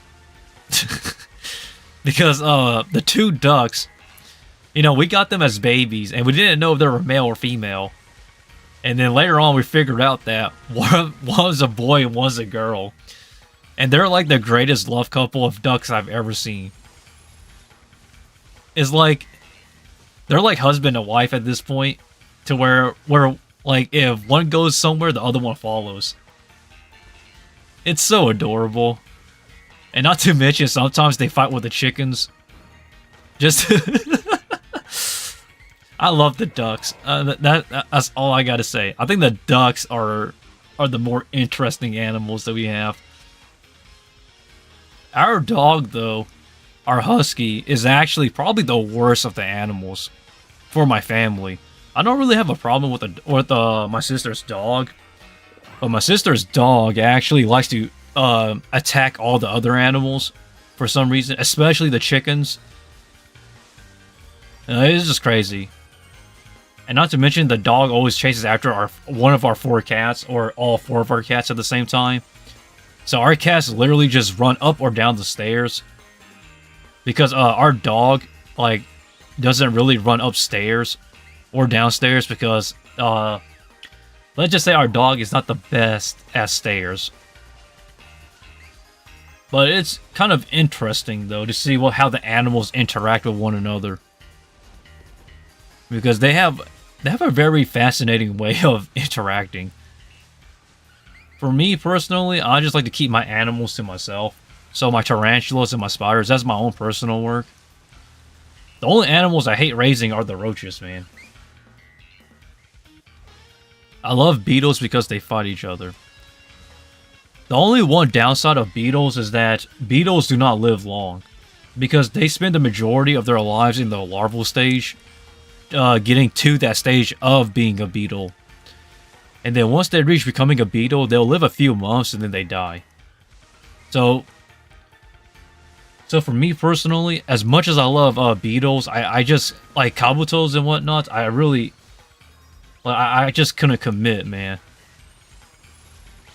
But I'm not gonna lie though, going outside to capture going outside to capture kabutos and cicadas are really fun.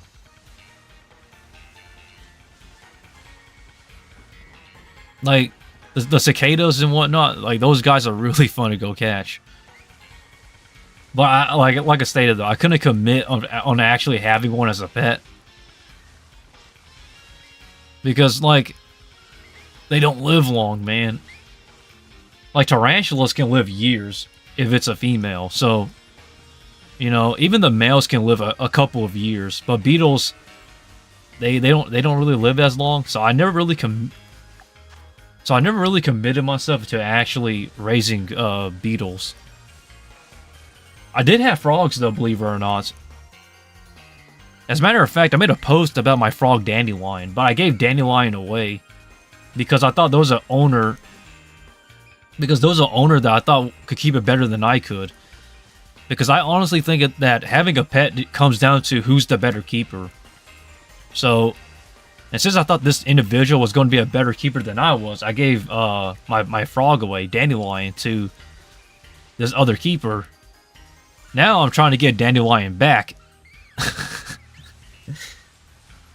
So, I will probably get my frog back. But if I do, though, that frog is going to eat everything. Well, let's just wait and see, honestly. Because right now, the reason why I can't get it back is because of two reasons. It's too cold to ship animals, and another one is that, without a doubt, I don't have money. Because my money, all of my budget is going to my surgery. So yeah, that's kind of frustrating. Because originally, the money I had that I was saving was supposed to be for my car.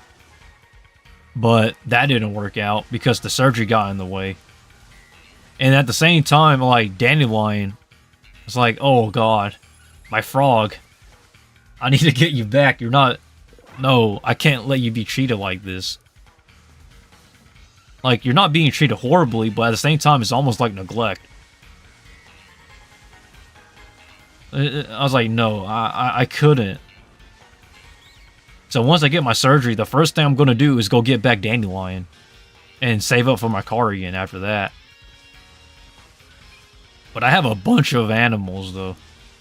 I used to have a bunch more frogs, but I had to give them up because I just didn't have the resources at the time, during the time I had them.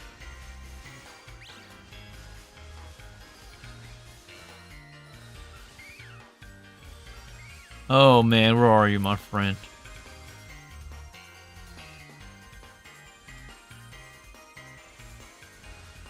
I had a friend, and when he got older, he stopped caring about his pets and was mistreat them. So I stopped being friends with them. So here's the thing: if it becomes too much, you either need to rehome your animals or like find something like someone to take them in. Because, like, this is the reason why, even for me, like, I work with spiders, I breed tarantulas and whatnots, but even I know I know my limits. So I've downsized my collection by a lot.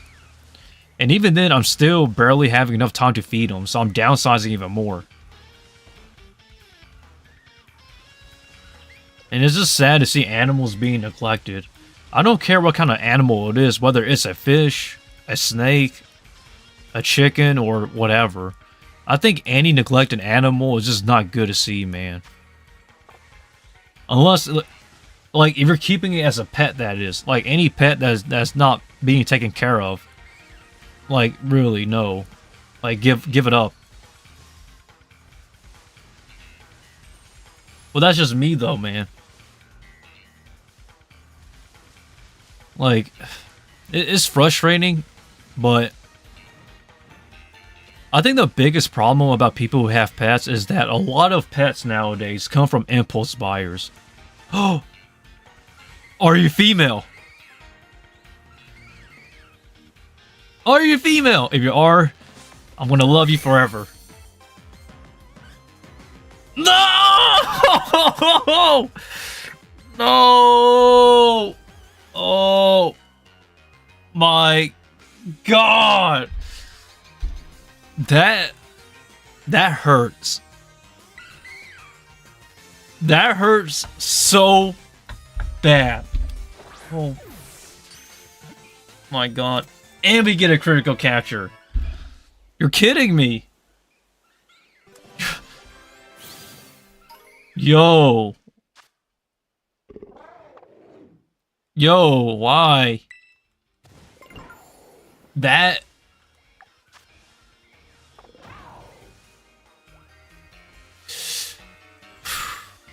Yeah. We have 2 minutes left. Okay, hold up. Be tight. Yes! That hurts, man. That hurts, John.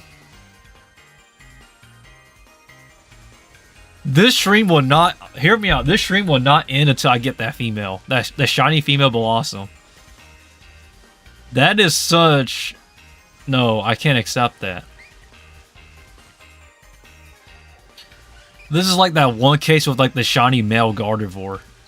I feel bad for people who have a male Gardevoir trying to evolve into a Gallade, but God almighty. How does that happen?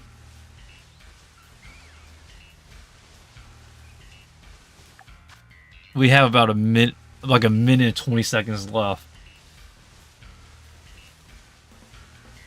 He had a lizard, and since he never trained him, he never obeyed what he says. Are you feeling it around Patrick Grass around a body? Yo, I hate mistreated animals, man. I never... Oh, that's interesting. I never actually had a lizard, but I had leopard geckos. And they're kind of like lizards. But I had to actually give up my leopard geckos because at the time I was in college and I didn't have the funds to actually to raise them. So what happened was I had 2 leopard geckos and a frog at the time. So I gave up. I had to oh, that's a hard story to tell actually. I had to give up all 3 of them. But it's I really hate neglected animals if they're pets, man. If you're keeping a pet and you're neglecting it, they're not surviving. I mean, they're not thriving, they're surviving. You know, a good pet owner should ensure that their animals are thriving.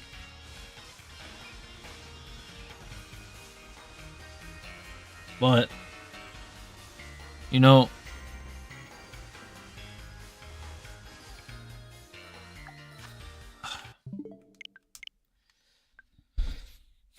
But, yeah. We're going to try again. Oh my god. Excuse myself. We were so close, though. We had 2 Bellossoms. We just need...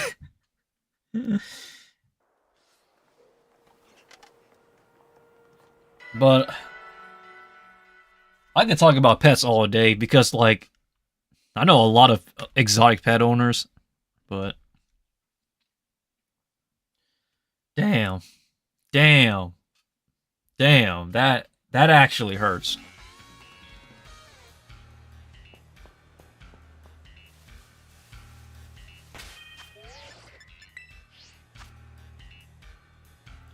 Alright, hurry up. I'm so ready for the shiny hunt.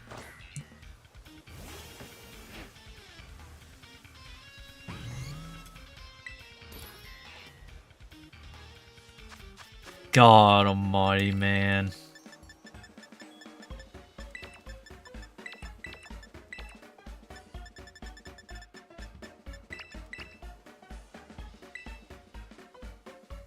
Alright, here we go, baby.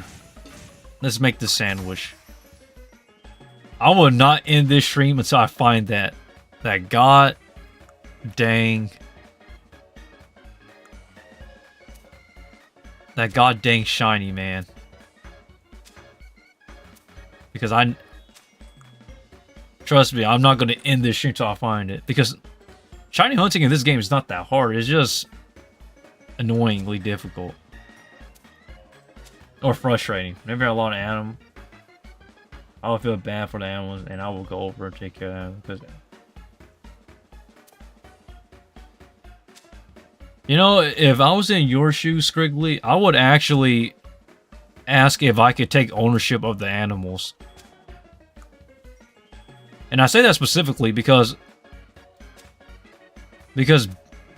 like animals under bad care is going to be under bad care no matter what.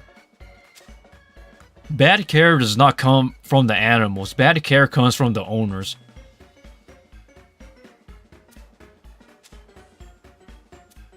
So really, I would have, if I was in your shoes, I would have asked every single time whenever I came over if I could have the animals.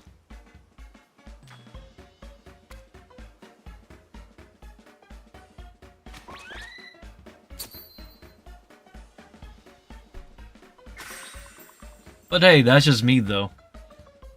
Because I don't want to be taking care of other people's pets if it's not going to be mine, you know? But I would bring awareness to it though. But someday though, someday I will get my animals back. Well, specifically, what you call it, Dandelion, my frog. I'm going to get Dandelion back though. Just not now.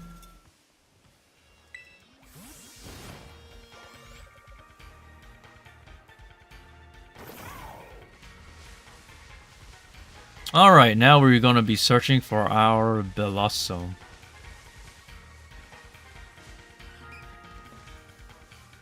We are going to be hunting for this shiny Bellossom. This stream will not... I will not make this stream in until I find it. I don't know how long that'll be, but I have never been this determined ever to find a shiny Pokemon. Besides Shining Roaring Moon. I do have some pictures, actually, on my Pokemon game. Of, me with my Fluttermane. I think Fluttermane is my favorite Gen 9 Pokemon. And oh boy, I was the happiest person in the world when I found my shiny Fluttermane. It was such a happy feeling. And I trained it to level 100. I bottle capped his IVs to make it perfect. Man, I really...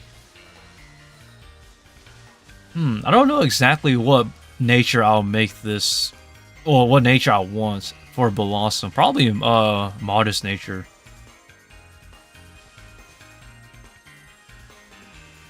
Modest nature is probably what I will probably want. But if it's not modest nature, I'll just bottle... I mean, I'll just use, what you call it, mints to fix up his nature.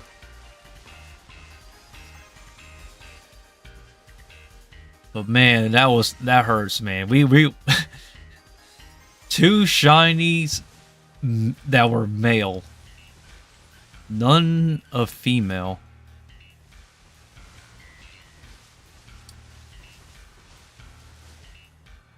I don't plan on giving up just yet. Not until I get that shiny that I want, that is. And I do actually, I do actually want to play some more games on this channel. Especially Fear and Hunger, too. I'm definitely wanting... Like, I'm getting the itch to speedrun that game. But nobody likes RPG Maker games, so... It's been a long time since I last speedrun anything. Why do you want a female one? The answer is simple. It's female.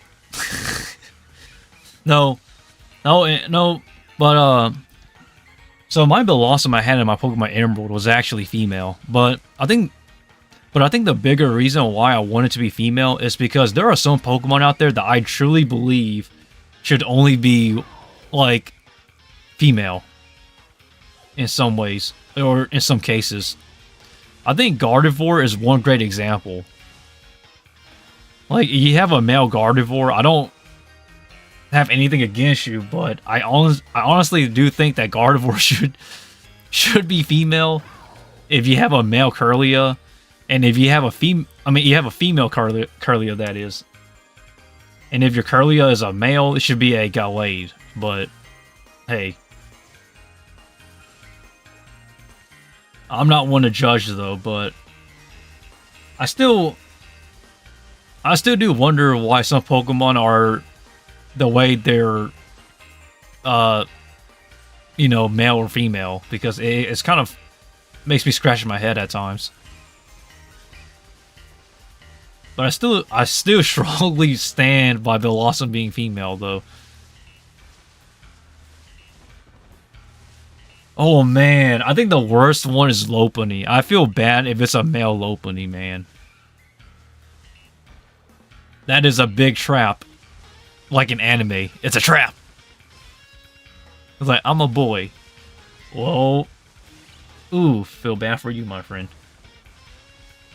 Hey, but if you're into that thing, by all means, it's a win for you. But it's just my personal preferences, guys. Like, of what I want for my Pokemon. But hey, to each their own. That's why I'm targeting shiny Bellossom female. My Bellossom female, man, I had, my Bellossom was level 94. I never got it to level 100, though. That was the disappointing part. God. So I really want to get this shiny, if I can get it, and get it to level 100. Like, that would be like a, like once I get it to level 100, if I do get a shiny female one, like, I can finally put it to rest, you know? That lingering desire. So really, honestly, I'm just trying to complete something that's left unfinished.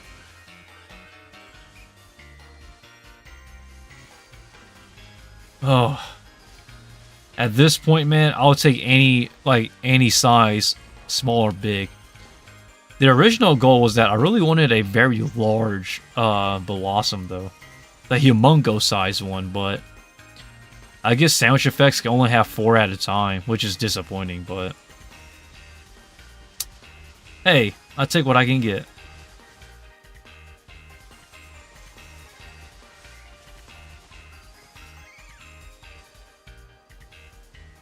Oh man, there's so many Bellossoms. And everybody left. Everyone's like, yo, I can't watch this live stream, man. This guy's running in circles looking for that one specific Pokemon. Well, I hate to tell you, man, that one Pokemon means a lot to me. Like that shiny Feebas and Pokemon Mega Ruby that I got. But I had like a million of them anyway, so. I'm telling you, man.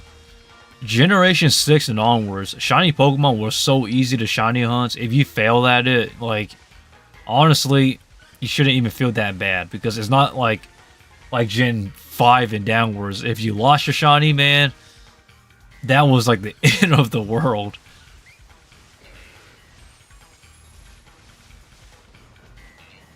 I ain't leaving like, hey, you don't have, I don't force anybody to stay on my live streams at all. If you have to go, feel free to leave. Yeah. Because I think trying to force people to stay on your live streams is kind of not right. Everybody should have the freedom and leisure to come and go as they please when it comes to live streaming.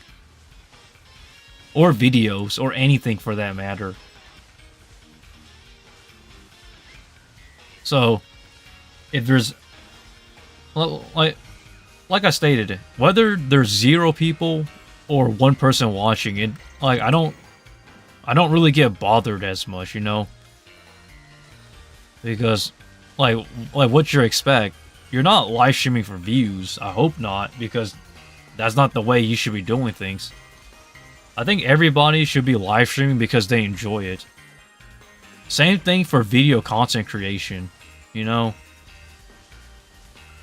I make videos because I really enjoy it, but I do have dreams as well, you know. But at the same time, I'm not expecting 1 million views per video. Nor do I expect people to watch it anyways, you know.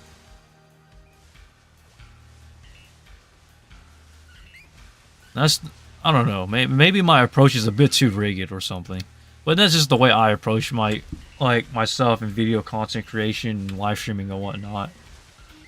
It's sad too, because like people are asking me, you know, what advice would I give to anybody on YouTube for like 1,000 subs or whatnot?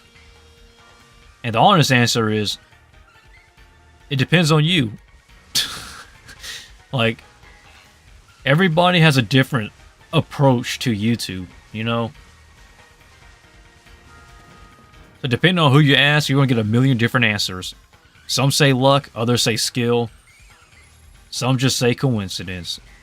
Me, I'm somewhere between luck and consistency, but that's just the way I see it. Because that's the way I experienced it, you know? Everybody's experiences are different. But tying it all back together, though, I don't really care if people stay, come, or go. People... Sorry, I just kind of laugh at of the absurdity of how desperate people are just for, like, views and whatnot. Shit had me laughing. I do not do sub for sub, by the way, guys. I don't know why people think I do that. I do not. I just do whatever I enjoy. If you want to leave, leave. I mean, hey, it doesn't really hurt my feelings, you know? It's crazy, though. It is crazy how everybody wants to be a YouTuber nowadays. I do advise everybody to do YouTube, though. That is my actual advice I will offer, though. I think everybody should give YouTube a try. If not YouTube, then live streaming or something like on the internet a try, because it's very fun. Too fun at times. That's why I upload every single day. I like it is the I don't know, man. Until you do it, you won't really understand, but it's crazy how people are like, "Yo, how are you so consistent?" I'm not consistent at all on YouTube. I just have fun doing it. And as long as I have fun, then honestly, I guess that's the key of my consistency. I can't deny it, though. But the moment it feels like it starts to become a job, I'm gonna probably start cutting back on uploading every day then. But as of now, for the past few years, it's been really fun. It's been a blast, actually. But that's how I've always, you know, viewed this channel. This YouTube channel, even now, like when I started this channel was actually a throwaway channel.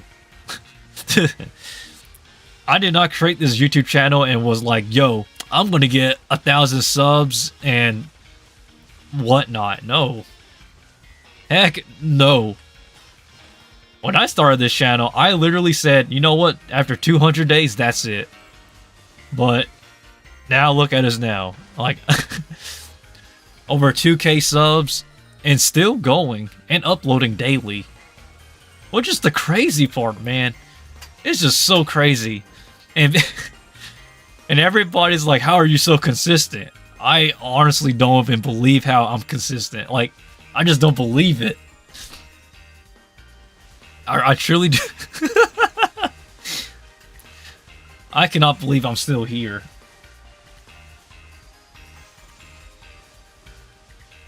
Is that shiny? Or am I being blind? Nope, I'm being blind. Okay. Sorry, I thought that was a shiny for a second. Alright. Man, it's so dark out here in this game right now. Everything looks purple. Are you shiny? No, you're not. Okay. Oh, man, I'm getting confused. Let's hope we find our shiny before it becomes too much here. Shiny hunting in this game is way too easy, though. I think this is the easiest Pokemon game I've ever played, actually. I think the hardest Pokemon game I ever played is Pokemon Colosseum. Pokemon Colosseum is the hardest Pokemon game, without question. And the second is probably Gale of Darkness, but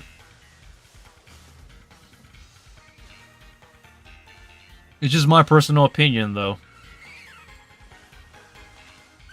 Like, I really do think that, like, I don't know. The newer Pokemon games have gotten easier and easier. I battled almost no trainers in this Pokemon game.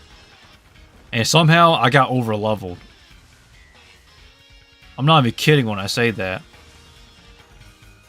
I skipped a lot of trainers in this Pokemon game. And really all I did was just go exploring. I didn't really battle too much wild Pokemon because I find it a nuisance. Because like, you can see them in the overworld. So you can just kind of just run by them if you don't want to battle them. And I still ended up being over leveled. All my Pokemon were in the 80s and 70s when I got to the Elite Four in this game. So, very easy Pokemon game. And it's easy, and it's also even easier for competitive Pokemon too, in a way. In a way, that is. But my god, though.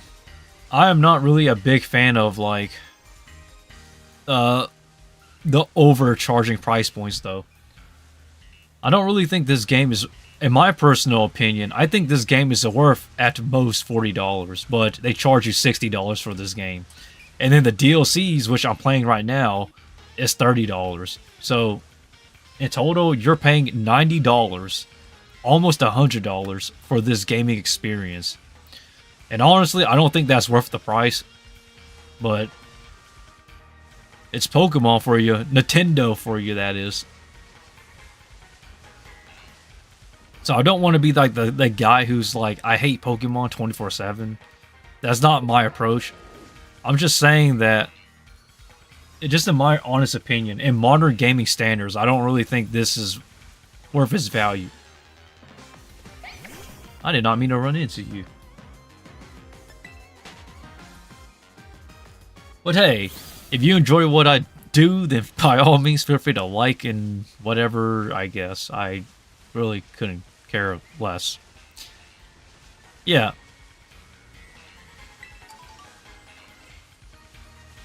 I've always said that, actually. Now that I think about it, I think if you make a video expecting to get views, I think it's not going to get any views.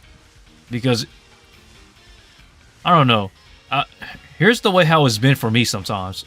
When I put effort into a video, it gets no views. When I don't try, though, it gets like 100 views or a lot of views. So it makes me question, like, what actually get views. People say a great idea, but honestly, that has never been my case. Because, like, my Fear and Hunger. So one of my voice acting videos, my Fear and Hunger 2 video that I made a voice acting video for, you know, just a short narration and whatnot. I actually put in a lot of effort into that, and it got like 10 views. And then I just do a regular, like, my daily motivational, you know, mental push for my push-ups, and then it gets like 1,000 views, and it takes like 2 minutes to do and like a minute to edit.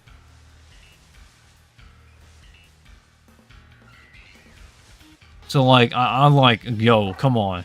Why does YouTube does this to me?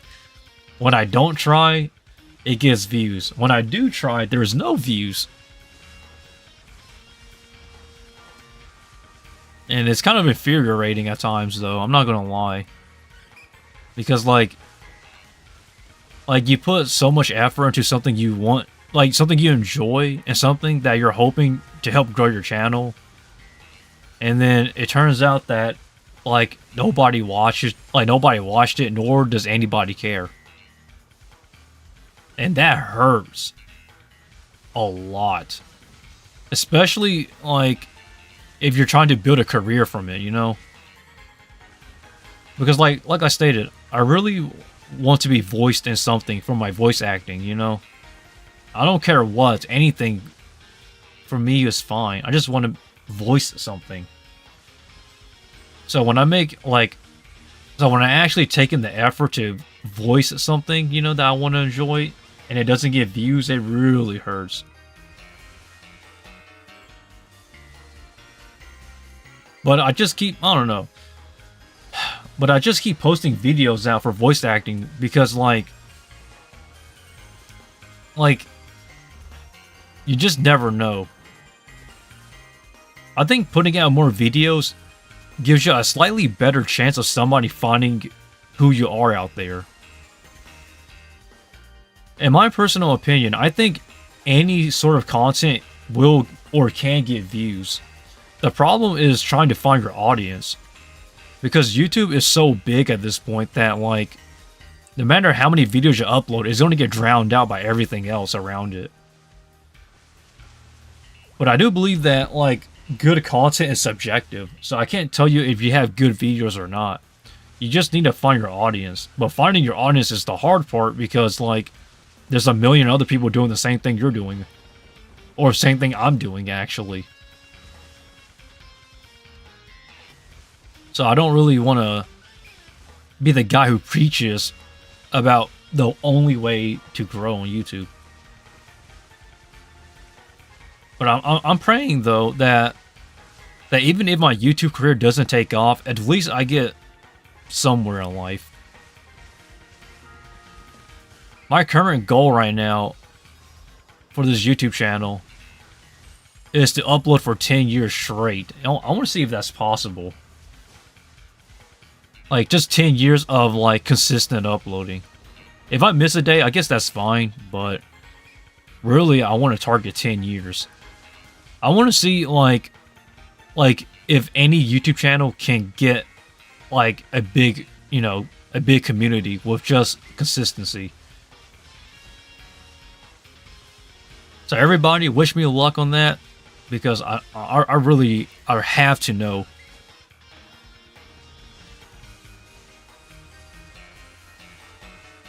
I just have to. But my content will change, though, without a doubt. It's not going to stay the same. As of now, a lot of it is either the push-ups, anime, or voice acting work. But I don't want to be known for just one or two things. I want to just be me. So really, I hope that I don't get stuck into one type of content, you know? Or you get burned out. I have not got... Man, I'm not burned out yet. That's even crazier now that I think about it. Imagine uploading every single day for over 800, 900 days, and you're still not burned out. That's just crazy. And people be uploading 2 videos or 3 videos for like 2 years and then they're burned out. I'm like, bro, you can't be burned out that quickly now. I mean, come on. Like, seriously. I think everybody has great ideas, but it's crazy to me. Getting burned out is an interesting topic, though. But I can't really talk about it because I have yet to experience it on like a actual YouTuber level.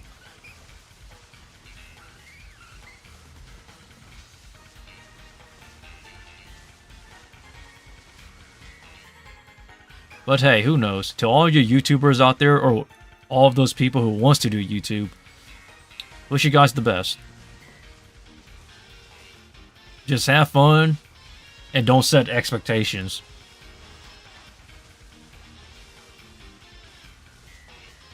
Oh, this shiny Bellossom is taking longer than I expected. I think the Shining Roaring Moon was easier. That's even crazier to say because Shining Roaring Moon was not easy. Like, when I said it was not easy, it was not easy. I ran through 3 shiny Zweilosses before I got it. That's kind of funny, though. High Dragon is actually my favorite pseudo-legendary. I thought the pseudo-legend... Baxcalibur, I think it was? Yeah, Baxcalibur, the pseudo-legendary Pokemon for this game. I thought it was cool, but it's not really my favorite, though. I am a big fan of Godzilla, though, so I did love his design. I'm a huge Kaiju fan, by the way, guys, when it comes to Godzilla. I have a lot of favorites. Rodan's pretty cool. King Caesar is really goofy. Jet Jaguar is literally Ultraman, in my personal opinion. Godzilla 1954 is the OG. Godzilla 1990s That's the one with like Destroyer and whatnot. And then there's Godzilla 2000s. And then you have the legendary Godzilla from the Legendary Studios. I'm a huge Godzilla fan, for those who don't know. I think, man, they should make more Godzilla games. I love Godzilla games, but my god. That PS4 one is like so expensive now. It's like almost $200 for that PS4 game. Because it sold so poorly. But now collectors are like freaking trying to get a hold of it. I just want to play it, but dang, so expensive. But that's how you know I'm a Godzilla fan, though.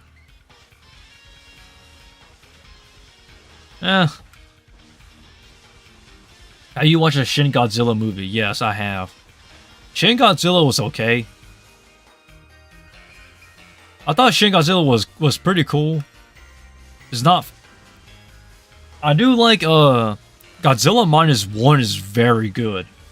For the human character-wise, that is. I think Godzilla was alright. But the human characters really shone in, what you call it? Godzilla -1.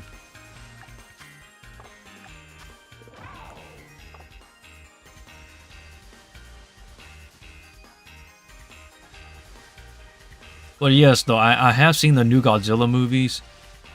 And I have seen the Godzilla Earth, I think what's it called? I don't remember exactly, from a while back. I thought that was okay. But a lot of the new Godzilla movies, it's kind of hit or miss. Not really, like, I don't know. They're either really good or like really goofy. Oh wow, your guys are lined up pretty properly.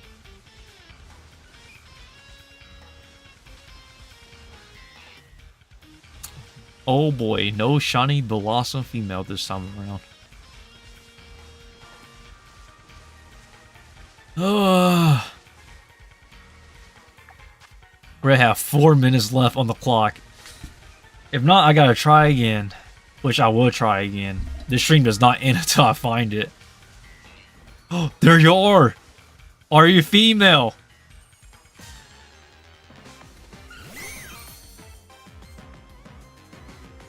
No! Oh my god. That is just...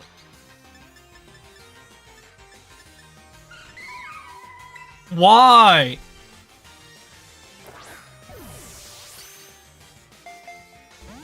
Oh god.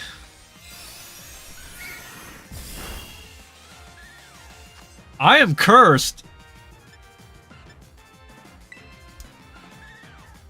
Oh lord. We are cursed, everybody.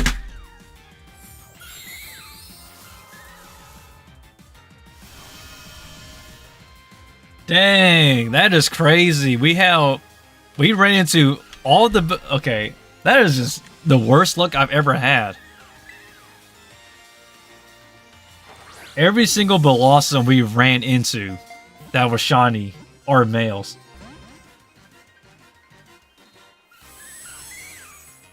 Why am I capturing you? You're male. Oh my god, sorry. I'm gonna run away from this. I cannot. No. This stream... Yo, this game hates me. Oh my god. And all the Bellossoms are ganging up on me, guys. Look.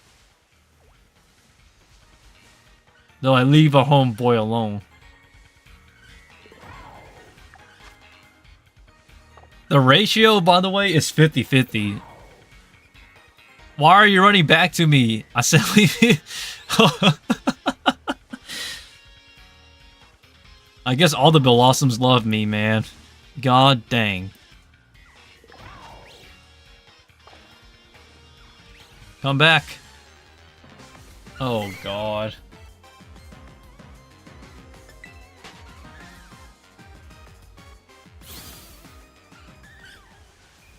Why does this Bellossom have to do this to us?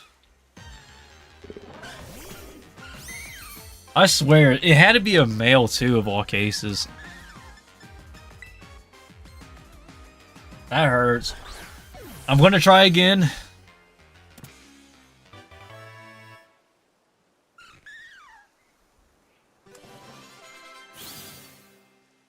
Oh, God.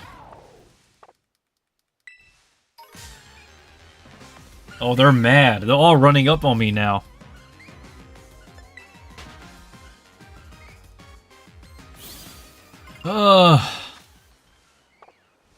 Alright, guys, let's try again.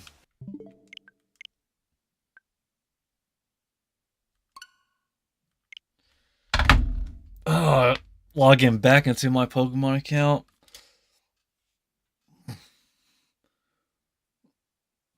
That was a rough one. Oh, boy.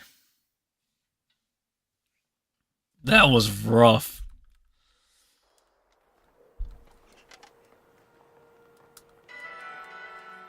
It's kind of crazy, man. We hit the worst odds imaginable.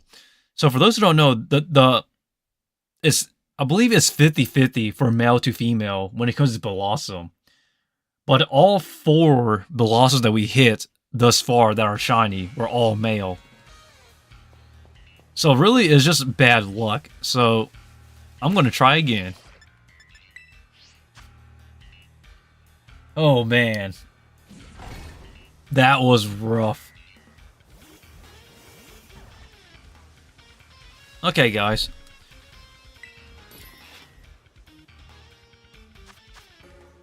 What was the longest shiny hunt you ever did? That's easy. So, the longest shiny hunt I've ever done was shiny Regigigas. It took me over 1 year to find it. And when I finally caught it, this is fun. This is a true story, by the way. It took me 1 year to actually capture or find and capture shiny Regigigas. It took me over a year. And when I finally caught it, it was the worst nature imaginable. It was modest nature.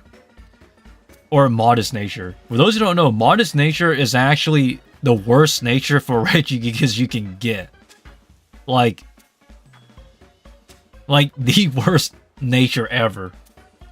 So imagine, so just picture that. You spent an entire year just to capture a shiny legendary Pokemon for it to have one of the worst natures imaginable. And this is a true story, by the way. I am not kidding. Like, that actually was like a big kick in the gut. So, I don't think this shiny hunt is that bad if you compare this one to the Regigigas one. Because Regigigas was an actually long shiny hunt. And I caught it on Thanksgiving Day too. That's true, by the way, for those who are wondering.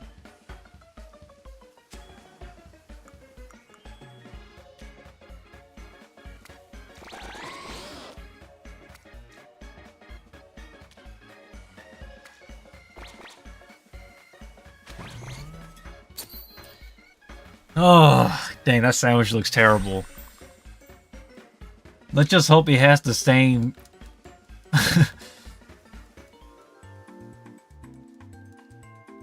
God dang. But this live stream will not end until I find it.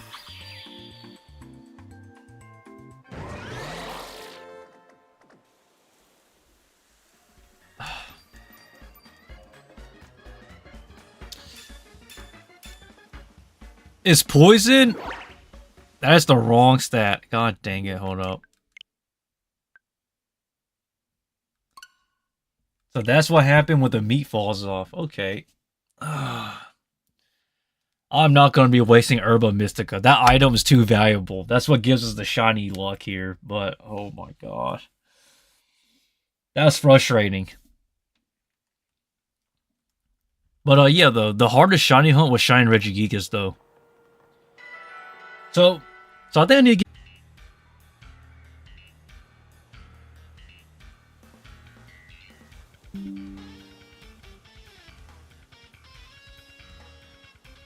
Okay, we're back on, thank goodness.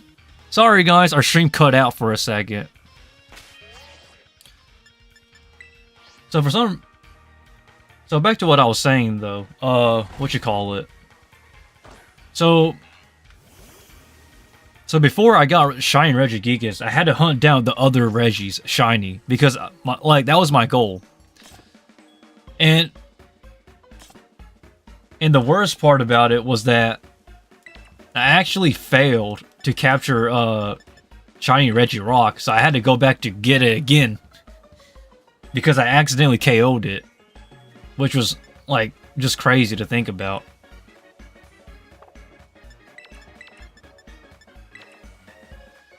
So yeah, Shiny Regigigas was the hardest to get to and hardest to hunt.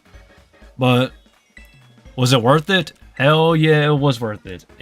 It's totally worth it, I promise you that. But like the animation though, for like the Regigigas sign to start up, it took a while too, so it was pretty rough. But that is the hardest shiny I ever hunted for. The second hardest shiny I ever had to hunt for was probably what is this next one? I don't really remember actually. Well, I can't really think of one that was harder than the other. But maybe, I don't know, maybe as we'll continue, I'll remember the next one. I've done a lot of shiny hunts, like, because I'm like OG Pokemon player almost. Oh. There it goes.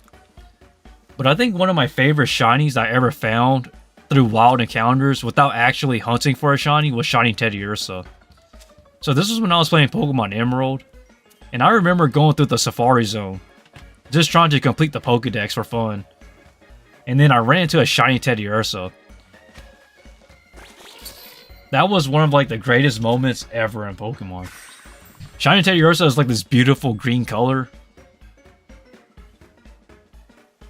And I know that people do not like the green shiny Pokemon because they look kind of gross to some people. But as you can see, I have a shiny Roaring Moon that's green and a shiny Fluttermane that's green.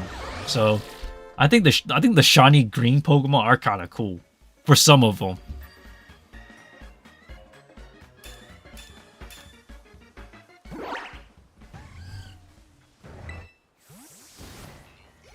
Okay, there we go. But I'm not gonna lie though, man. That was like crazy though. Very long time ago, it seems. But I don't hunt shiny Pokemon too often, actually. I mean, don't get me wrong. I did hunt it a lot. But at the same time, though, I wasn't necessarily like... I specifically only targeted shiny Pokemon that I like, or shiny Pokemon that I think will be good competitively. So, I remember one time I hatched 951 eggs for a competitive shiny Dratini, and I evolved into a Dragonite, which I regretted it. And I was like... And I was so disappointed in myself, I went back and hatched another 400 or so eggs for another shiny Dratini, just to keep it a Dragonair. And I think that was on Pokemon Mega Ruby, I believe. I still have that save file, actually. I need to show you guys that someday. That was really funny.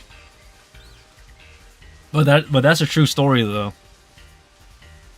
So I had a shiny competitive Dragonite, and also a 5 perfect IV, Dragonair.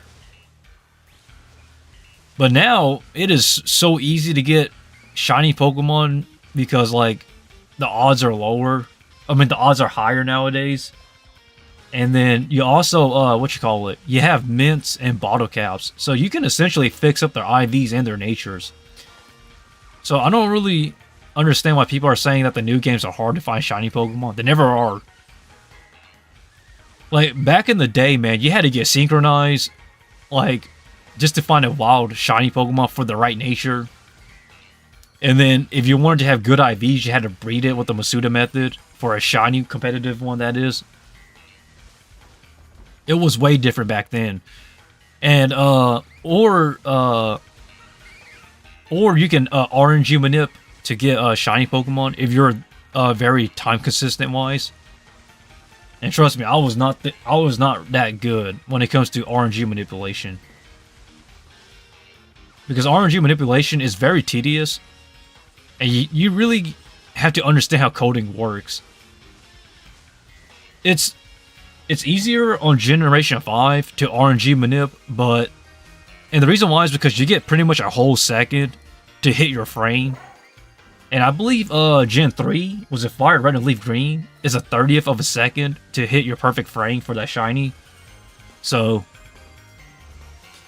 it varies from generation and game. But Pokemon Emerald, if you want to RNG in that game, I believe is already set to a certain like frame, I think. There's 8 frames. So Pokemon Emerald doesn't really work the same as like Ruby and Sapphire and Fire Red and Leaf Green. So the odds are 1 out of 8,192 for a shiny Pokemon, obviously. But the problem with Pokemon Emerald was that the frames are all fixed.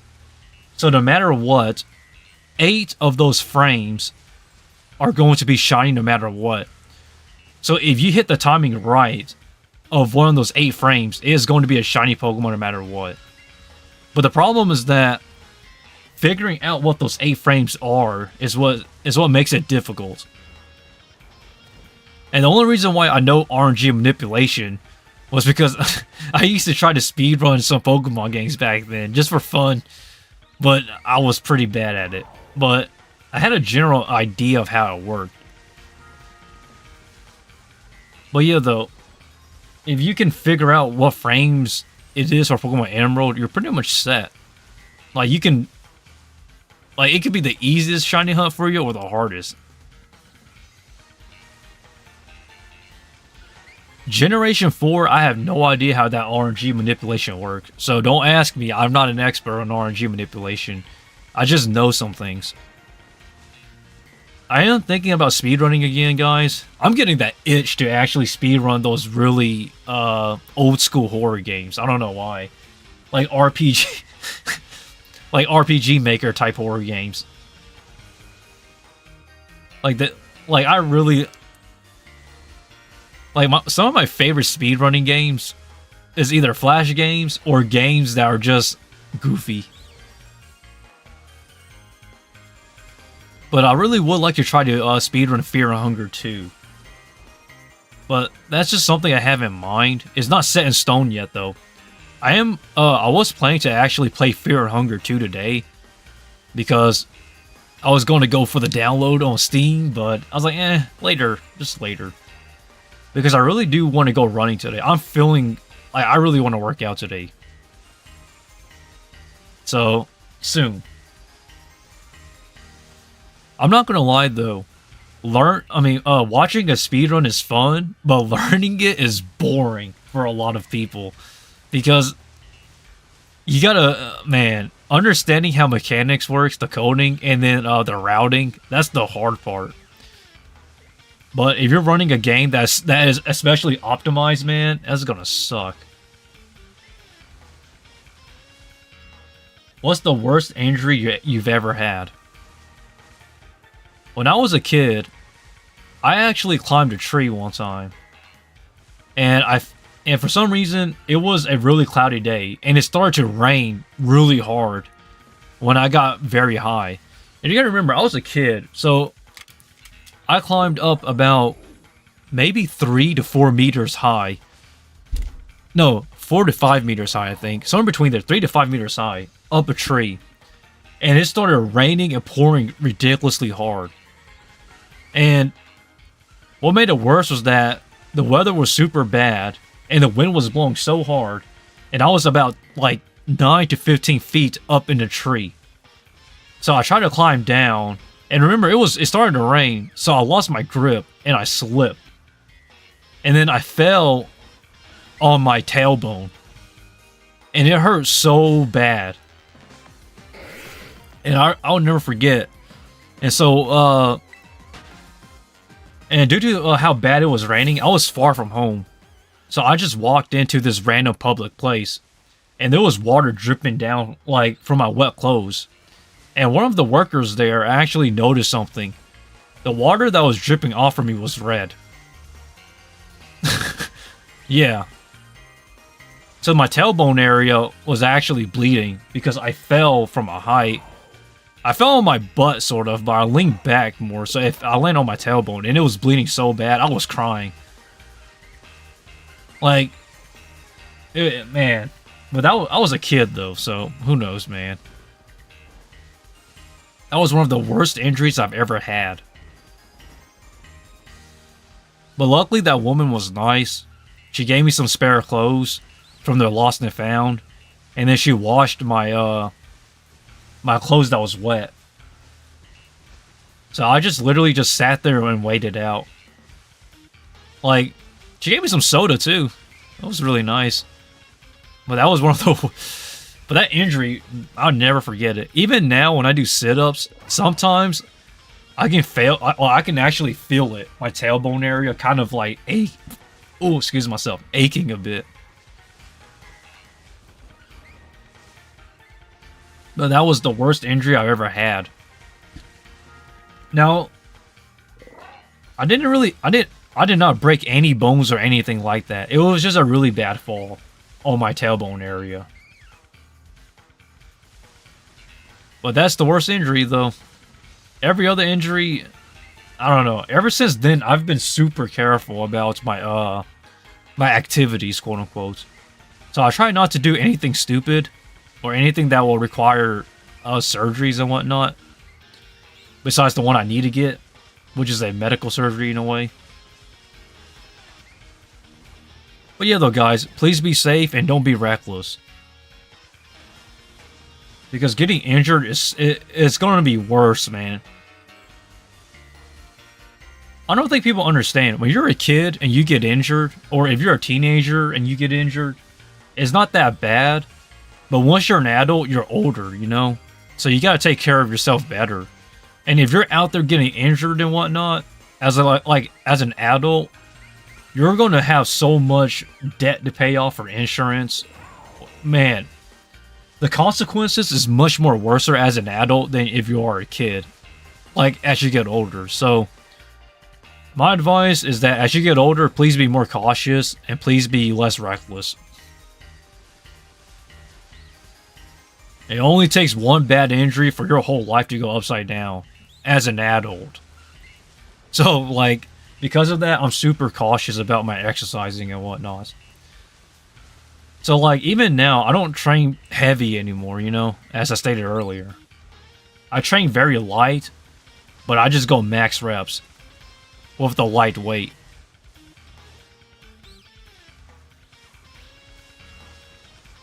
But hey, to each their own, though. And we still cannot find the shiny Bellossom.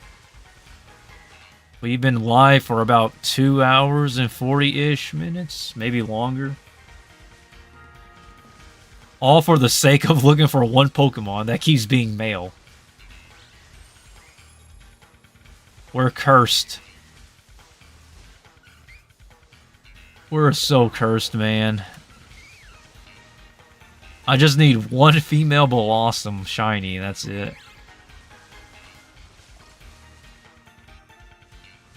A month ago, I was at the gym and they mopped the floor, so when I was playing volleyball, I slipped and hit this really hard. It was the worst pain I ever felt.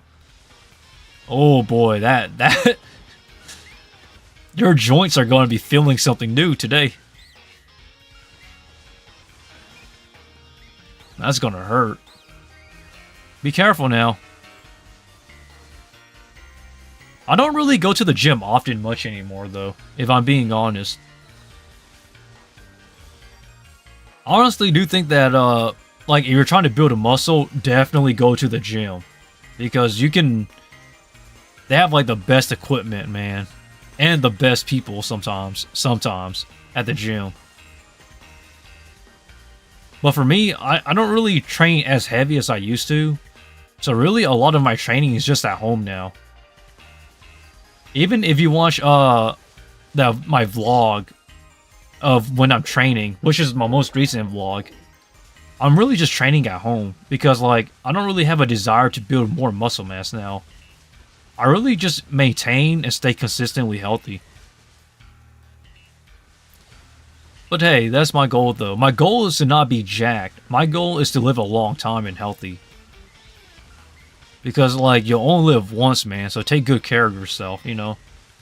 And take good care of your health especially.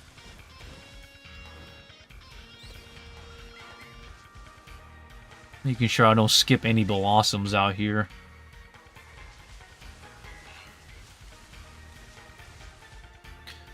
I swear, these Bellossoms at times look like these flowers bushes, man. Oh, it was a gym class. Oh, okay. You know what's so funny? I never participated in gym class. I've always just sat out. But I was athletic, though, somewhat. Somewhat. But I never did gym class because I don't know. I just thought it was weird.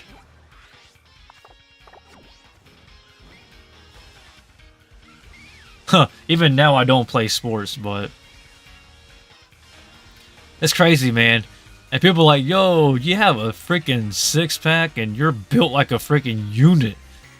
And you don't want to play sports? Yeah, I'm sorry. I just can't play sports. I'm bad at sports. Sort of. Sort of. But man,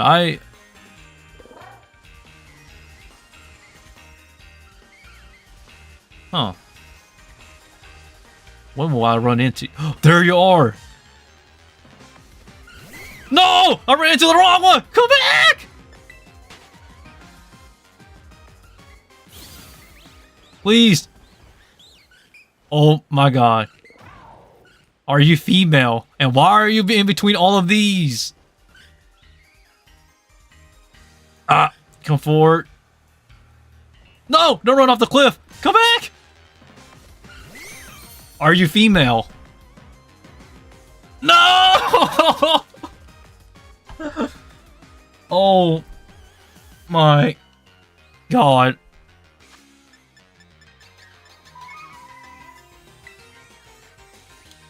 Yo, what are the odds? We have all these dudes. Not trying to be mean, man, but maybe you should have ran off the cliff. Oh, god damn. God damn. Oh wait, I forgot. I already used a quick ball already.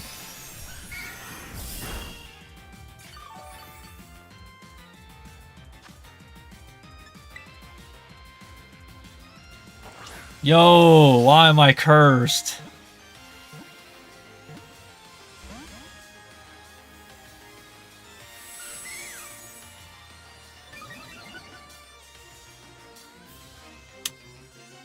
Okay, guys, we're still hunting still, so...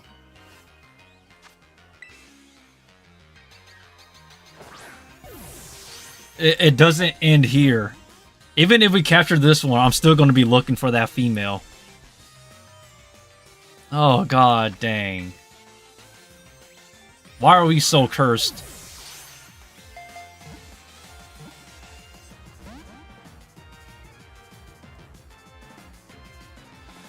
Oh.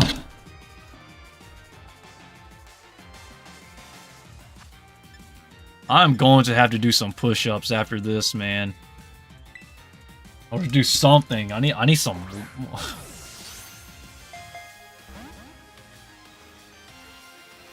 Oh god. We're so cursed. The odds are actually 50-50, but for some reason, man, like... For some odd reason, it really just wants to give us all males.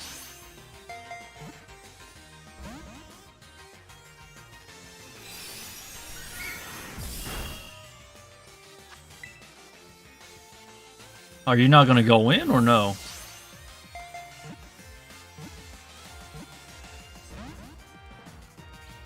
Oh.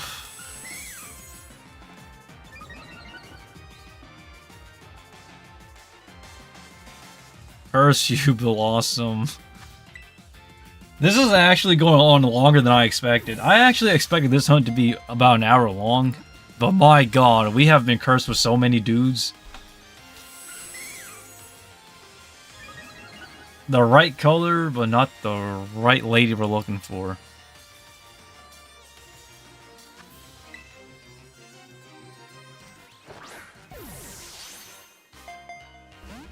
Oh man. Oh man. I'm gonna use a heal ball. I think heal ball looks right in you. Well, I'm not gonna save this file though, unless...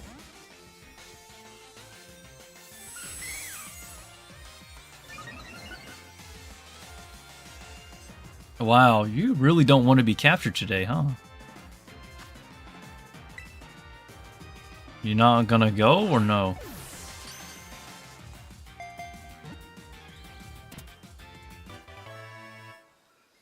Oh.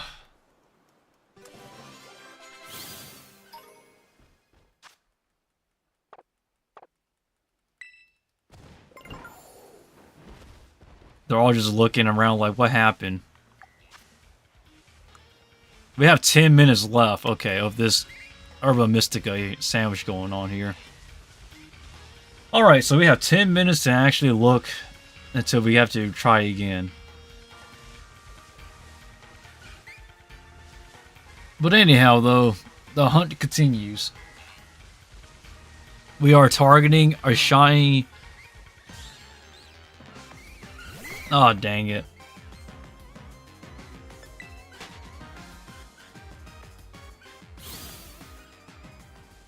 So the hunt is down. I'm targeting a shiny female Bellossom still, but...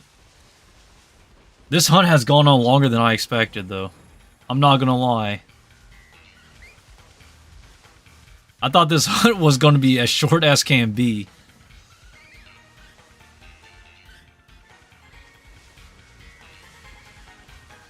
Oh, man. This is... I want to say this hunt is hard. It's just frustrating, actually.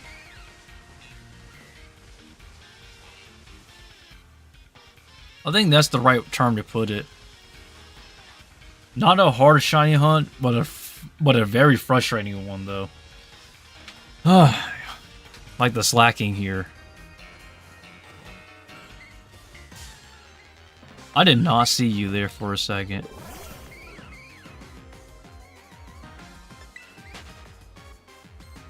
At least that's a female, but... Ooh-wee. This shiny hunt is going to be kind of frustrating still. But anyhow, though... Oh, where was I? This stream is not in until I find the shiny Bellossom. That is a female, that is. Not a hard shiny hunt, it's just a really frustrating one. We're looking for that purple. That's a female.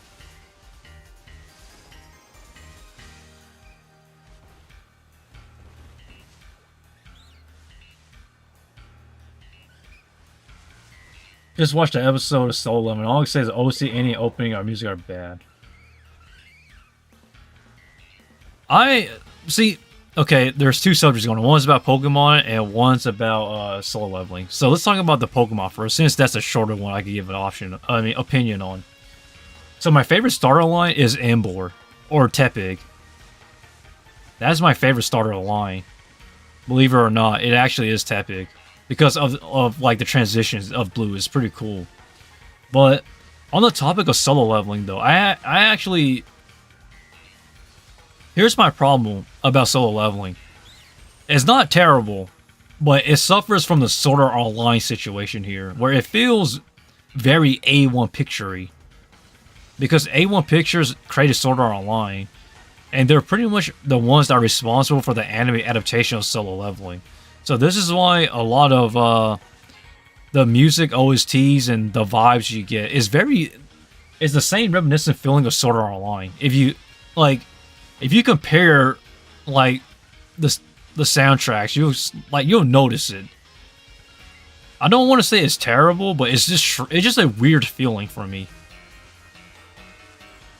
Well, that's where I stand on Solo Leveling, though. I don't know. I wouldn't say the anime's terrible, though. It's just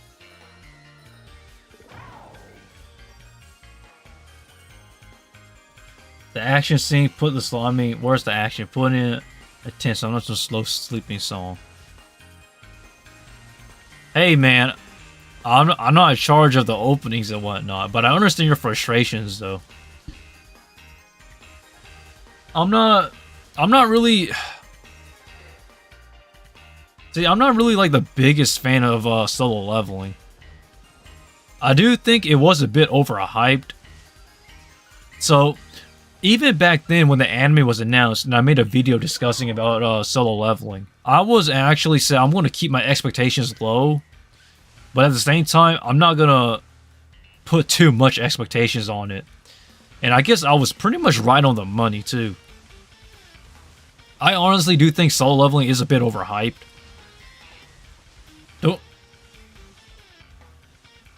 When you see the episode 6 fight, then you'll see.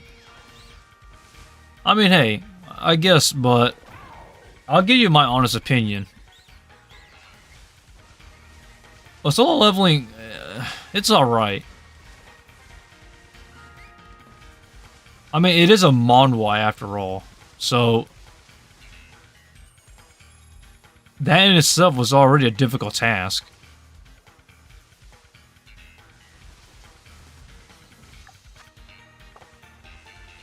I'm not complaining though.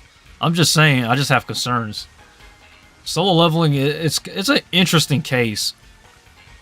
But you know, I've always stated this, but I'm not a big fan of trying to give Japanese names to Korean characters. And they keep doing that, and it just frustrates me. Just keep, like, literally just keep their Korean names, or the, like... God, that infuriates me when it comes to watching anime, especially one about manhwa. They're Korean. Why are you giving them Japanese names? Or why are you giving them like Japanese mannerisms? It just doesn't feel right. I don't know, man. Like why? It really takes away from that the Korean manhwa aspect. When you give Japanese mannerisms to Korean, like, not trying to sound racist or anything or offensive, but it just gives a really weird vibe. But like I stated though, I am gonna still remain on the low side of things. But I would not say it's like the greatest anime adaptation ever. It's just okay. Still okay.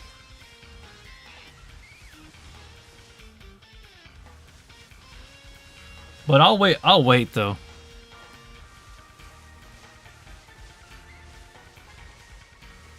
But once I see it myself, I'll give you my actual strong opinions, that is. Look, I'm not saying I'm an anime expert. I'm not trying to say that. It's kind of fun how everybody says I'm an anime expert. I'm just a guy who knows a lot of stuff, but when it comes to anime, that it is. But it's strange, man. Have you ever seen anime fans this divisive on a fan? I mean, like on a fan base in regards to an anime adaptation? I haven't. Because, like, I just don't see the point. Solo Leveling, it can only go one of two ways at this point. Either okay or terrible. Like, I would not say it's going to end very greatly. Because, like, ever since day one of, like, the first episode, you know, everybody was already questioning it. Which is not a good sign. But then again, though, the reason why I don't really want to talk about it too much is because I don't want to sound like those anime fans that are very entitled, you know? It's just that I'm not too sure where I feel about it. Just like where it is as of now, you know. I mean, we're only about halfway like in, you know, to this anime season, so I don't really want to call. So I don't really want to call all the shots and say that it's going to be good or bad until it actually ends, because as of now, it's just okay. But my god, did A1 Pictures give it that Sword Art Online treatment? Because I legit, like, there are some scenes where I legit feel like I'm watching Sword Art Online because of, like, the music OSTs and everything. It's not bad, but it's just weird, as I stated before. Like, what you call it? Solo Leveling comes out today, obviously, the same day as the Apothecary Diaries. I'm going to watch the Apothecary Diaries first because I enjoy that more. Nothing against Solo Leveling, but I just can't get that same enthusiasm, you know? That's the goofiest part of, like, that's the funniest thing. See, I feel like Jin Woo is him as a character is kind of like, nothing too special, if you think about it. Because, like, there are so many overpowered characters nowadays in anime to the point where, like, overpowered kind of loses a lot of meaning, you know? Because you have to understand, Solo Leveling is not one of those manhwas where it's like a character becoming stronger. It's more so of a character that kind of unfolds himself out because of plot, if you know what I'm saying. By plots, I mean, like, making him just overpowered on the spot. Because, like, people think, I don't know, where's the first thing you remember when someone said Clanhead? Dango Song Chorus, Naruto, Bluebird, Dragon Ball, da. You get me, OST, prefer to best. Well, Solo Leveling, nothing. Oh! Are you female? You're tiny, but are you female? Oh my god! It's another dude. Oh my god, it's another dude. But, Marco, you have a point. I stand by that, actually. Nowadays, a great opening does make an anime. Like, this isn't always true, but in most cases it is, if you think about it, though. Because, if you look at a lot of the modern animes now, the popular ones, that is,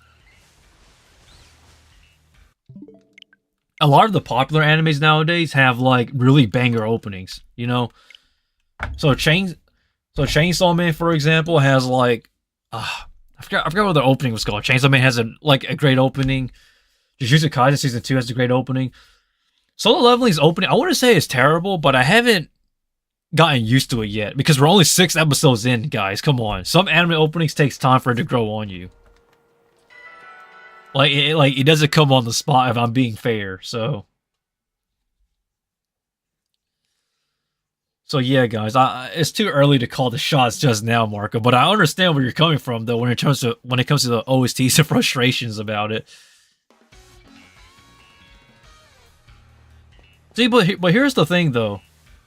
If, like, I question, like, okay, here's the real question. If I was in charge of the OSTs for Solo Leveling, who do I hire? Because I feel like Hiroyuki Sawano wouldn't even... I don't really see him as a perfect fit, you know, for Solo Leveling to create the OSTs and tracks. And nor do I see anybody else, you know, that's fit for the job. So the question is, like, who's the best person to choose from in terms of creating OST tracks for anime? I don't know. Because Solo Leveling, like, I don't want to say it's, like, one of a kind, but it's like what kind of track, like what kind of music track do you create for it? Because I don't really know. It's solo leveling. But hey, I'm just saying, like, I'm not saying the OCs is bad. I'm just saying, like what can we get out of it? Like, who will be the best composer for it, you know, for the anime? I don't really know.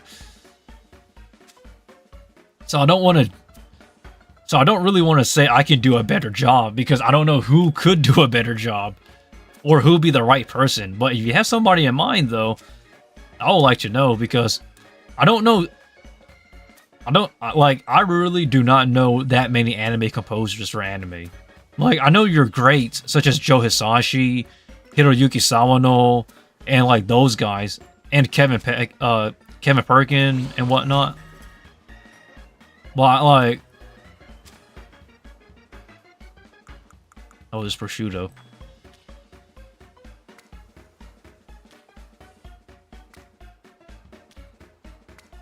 There it goes. But like, that's what I'm stating, though.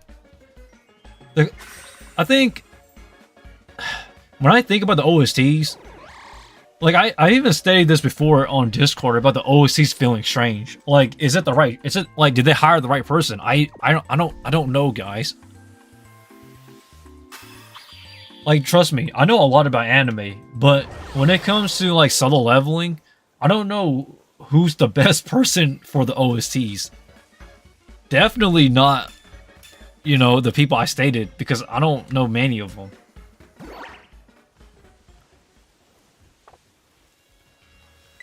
But if somebody has any recommendations for like who they would like to see create OSTs for solo leveling, I would like to know, because I don't know any, or I don't know who would be the right fit. Oh wow, there's a lot of Bellossoms all at once. It's crazy. But if somebody knows somebody, I would like to know.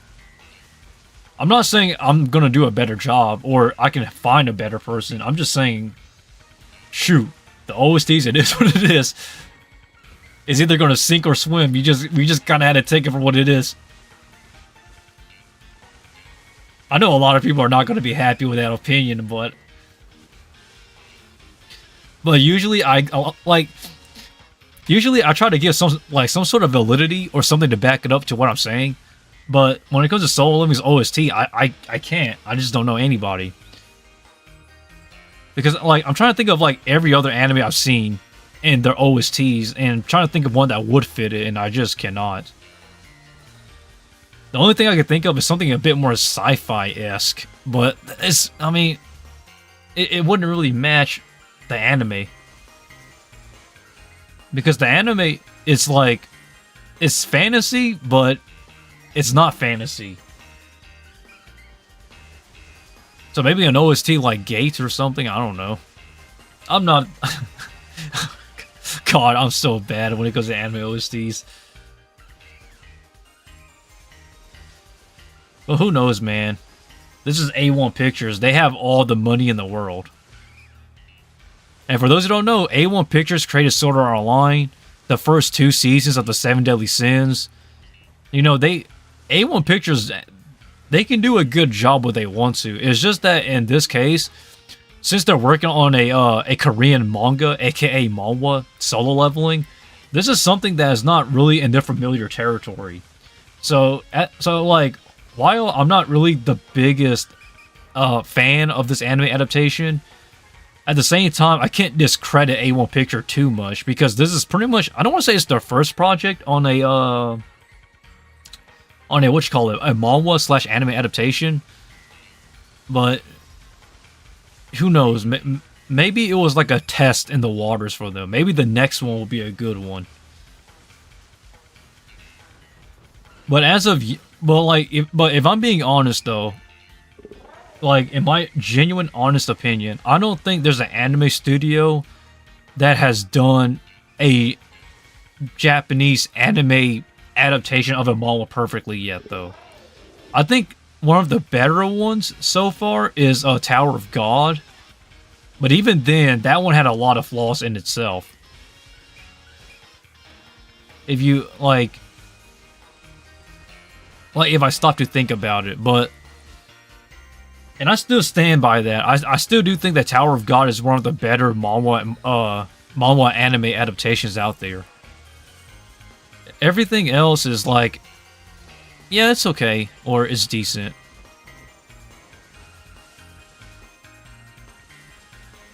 But like, if somebody, like... But if somebody does know any good manhwa anime adaptations out there, I would like to know. Because it's... I'm kind of on the fence about it now still. But man, oh man, our Bellossom, when will you appear to us? My lady. Oh man, this lady is so hard to find. We're just running in circles until it comes out shiny and then it turns out to be another dude. We're popular with the guys, it seems, but not with the ladies. Well, then maybe I should show you one. Alrighty. Oh, man. None of you are shiny. Okay. But anyhow, though. Anime this season is okay. I'm not really watching a lot of animes this season. It's not because they're bad, it's just because I don't have too much time. Nor do I feel like many of them are good. So I am just rewatching a lot of the past season, such as My Happy Marriage. Because I actually like that anime a lot. Rewatching it a second time actually, or a fourth time, feels good actually.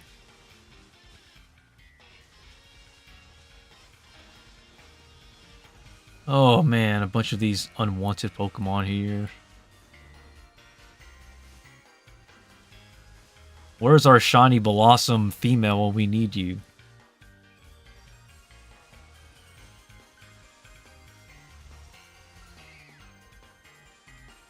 My lady, are you there? Nope. I'm gonna find her.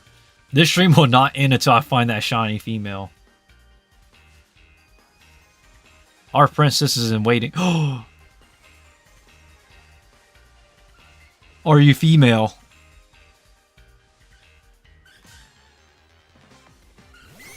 Are you female? Yes! Oh my god. Oh, the hunt is finally over.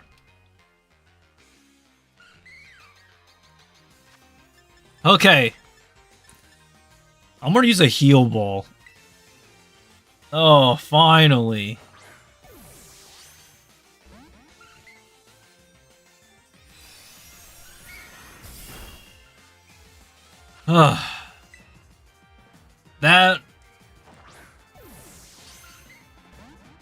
That was actually a painful hunt.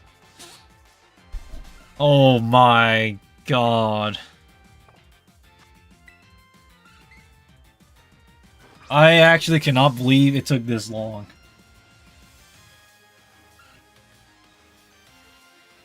Poof! Okay.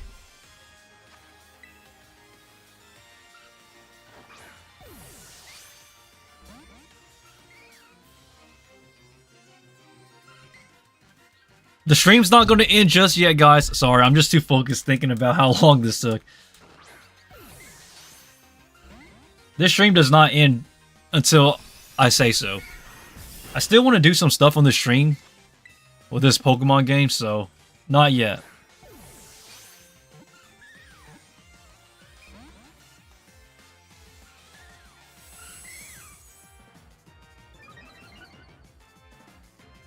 Alrighty.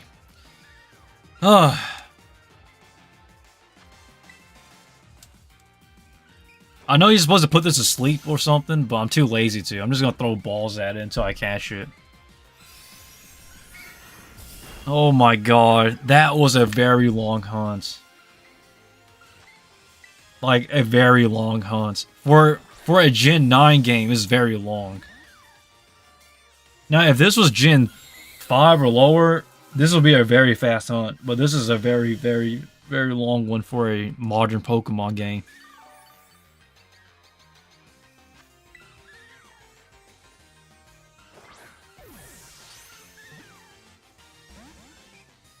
Oh. You should shiny hunt Gloom.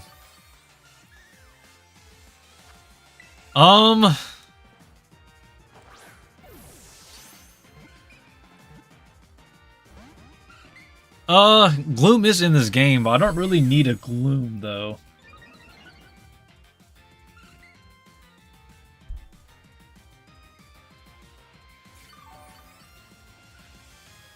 Oh my god, what a long hunt.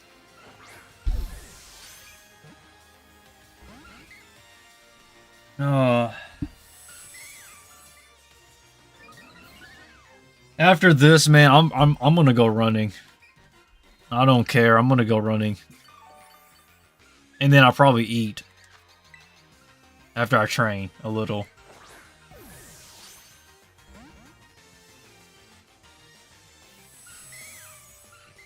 This hunt was so long. Oh my god.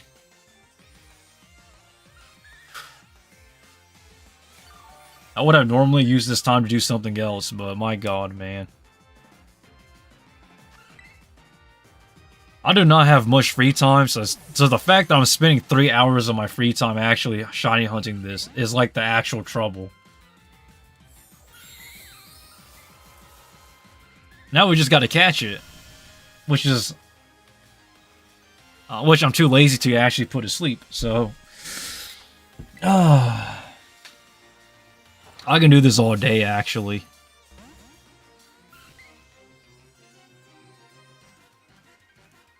I completed 3 chapters and did 50 push-ups. Learning your way, Sensei. Oh yeah, you're getting there, Jitesh.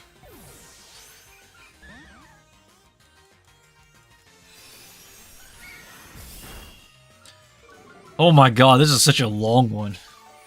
But at least we finally found it. Oh, so I'm not complaining, man. I am not complaining at all. Because this was such a long hunt. Like, I literally almost fell asleep.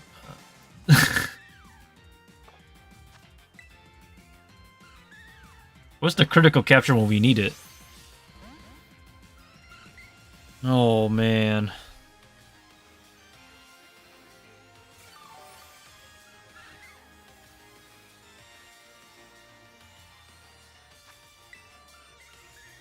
Critical capture. No, dang. Close. Oh. God dang. If I knew this was going to take 3 hours, boy, I would not be live streaming.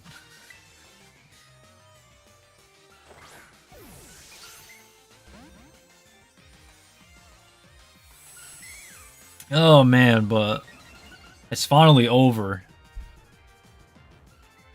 Now I don't... I need to see what stats this thing has first, though. So that way I can...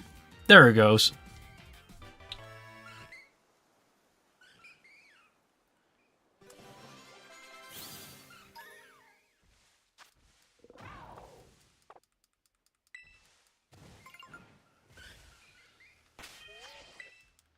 Oh, yes, we're saving. I don't care, we're saving.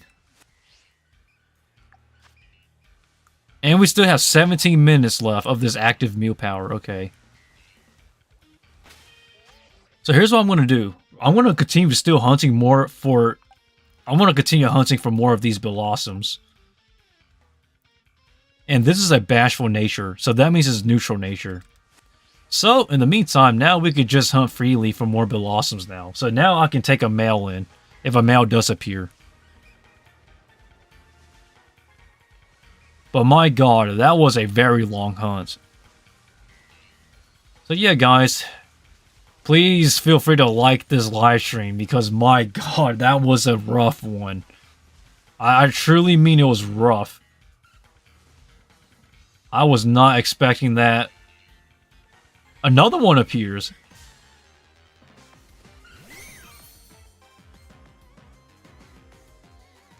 And this is a boy, but since we already have a female, this one's a spare. Alrighty.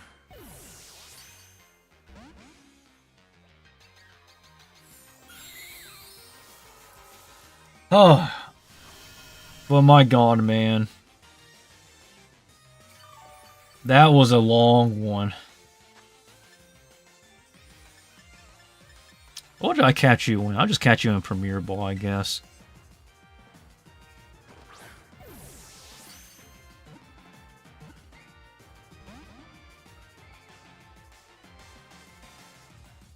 Oh, my god.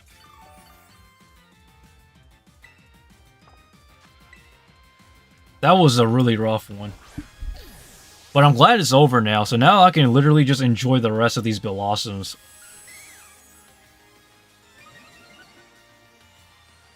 So whether these are guys or girls, I really don't care, now that we got our female. So now I'm just catching these for leisure, I guess, until our time runs out. And then I'll go check the stats and everything and bottle it up.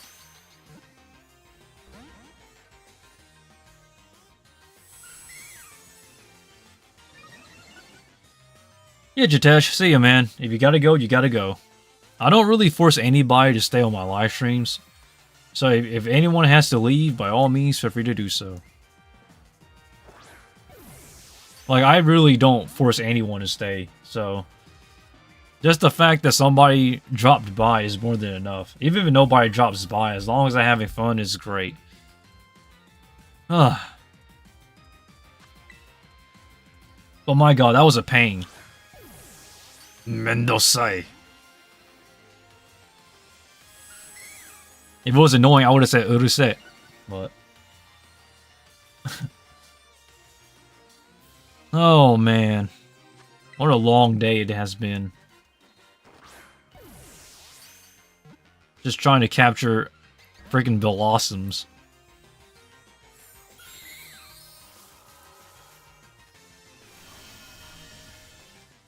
Oh, I should have bought a Smeargle or something to false swipe this, man.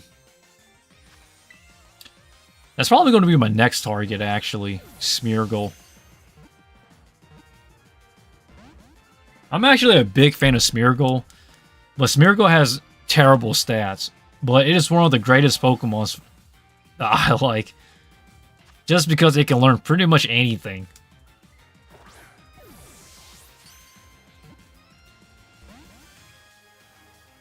God almighty.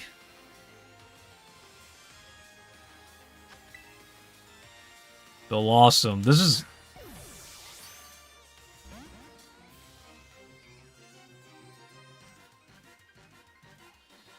alright, you're wasting too much time. I'm gonna put you to sleep.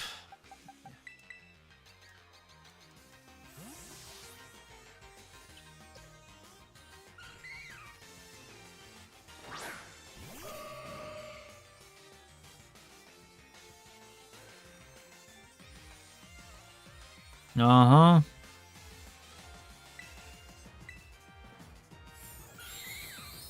Yeah, I outsped my Gardevoir? Oh my god, that's crazy.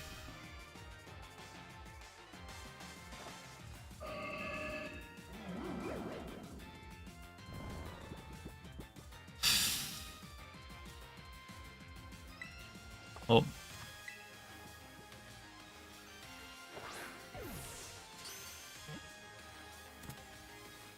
Oh, we get a critical capture last second. Oh my god.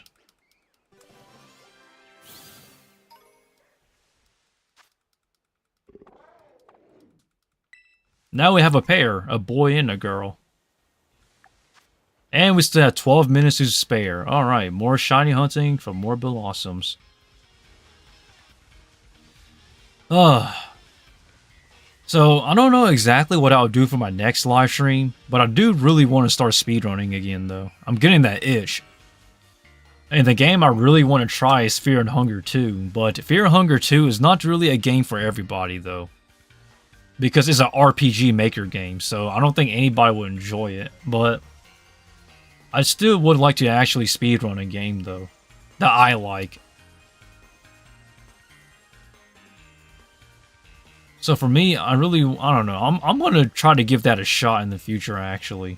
I don't want to say it's going to be the next live stream, because it's probably not, but sometime in the future, though, I would like to give it a go. And give it a fair shake.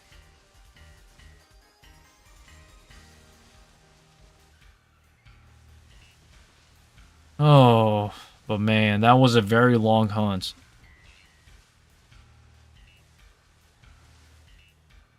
Shiny Bellossom was not supposed to be this long of a hunt to begin with. Originally, it was supposed to be like an hour to 2 hour hunt, but hey, my goodness, we went over that by twice that amount.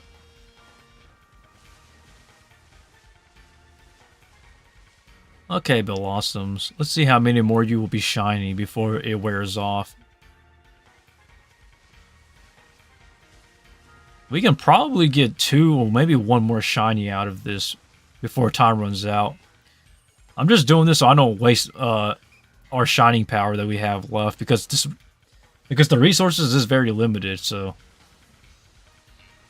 might as well utilize the most of what we have, okay guys? So oh, I am mentally worn out from the shiny hunt, which is crazy to say. That is beyond crazy to say.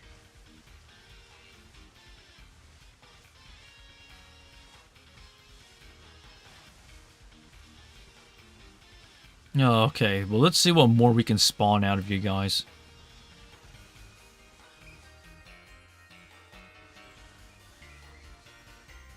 I'm hoping we can get at least 1 more. But if not, then that's okay. We have 10 minutes left. Okay, good.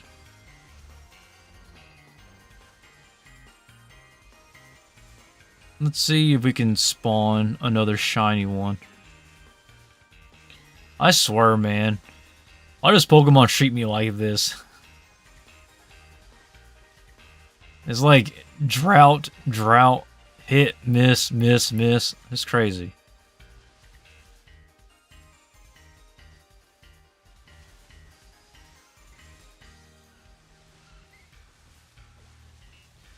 Oh, but we have a male and a female, so we have a boy and a girl. That's pretty nice. More wouldn't hurt, though. I would say any more we get. Oh, Bellossom. I'll probably do a stream, though, where I'll train you to level 100. Because I do want my Bellossom to be level 100. But the question is, where do I train it? I'm gonna figure that out as we go.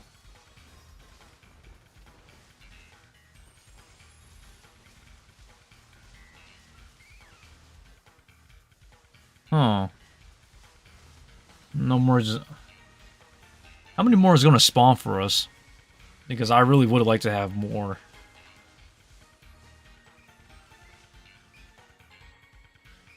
Oh god, that was a really rough one though. I'm actually going to look back on this and just laugh at how ridiculously difficult it was. This little kid-friendly Pokemon hunt became a 3-hour grind. I would actually like to play some of the older Pokemon games, the shiny hunt and those. But then again, though, I don't know, going at full odds, it's like not very welcoming to watch.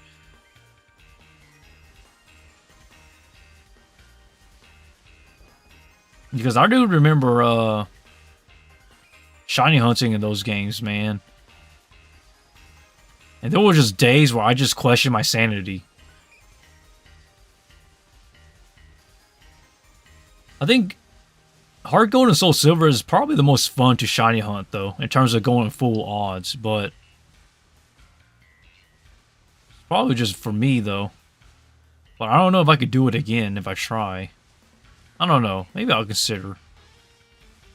Just take that for a back burner, like, moment, I guess.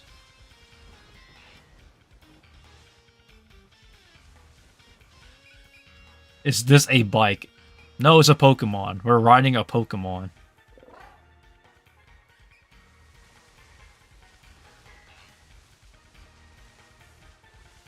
Oh, man. The Pokemon you're riding, no.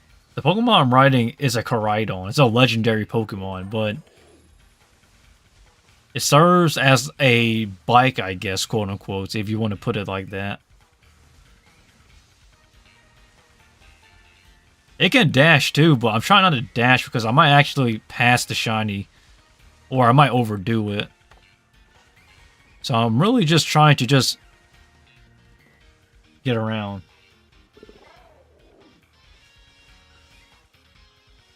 In this form, yeah, it does look kind of creepy, but it's actually a pretty legit looking Pokemon, though. When it's not in this form.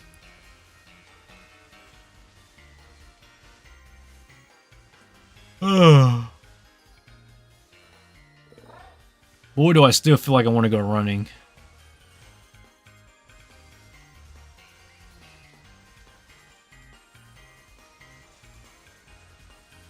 I'm just gonna milk out this shiny sandwich as I can before it runs off for the effects.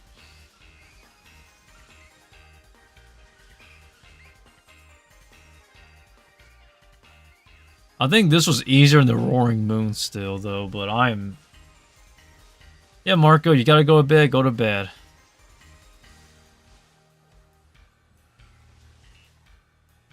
Hello there, Frost Dragon. You're pretty much late to the stream, but essentially, though, we got our shiny. But I'm just really just seeing how much more we can cash before we call this a stream. We have 5 minutes left of the sandwich's power, so I'm gonna max out as much as I can out of this.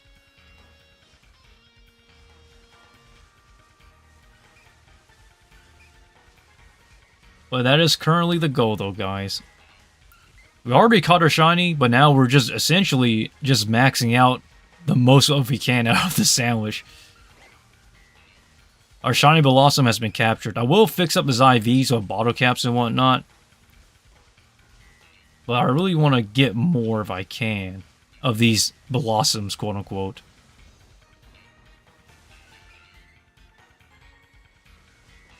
There's always that one Bellossom here. It's kind of sad.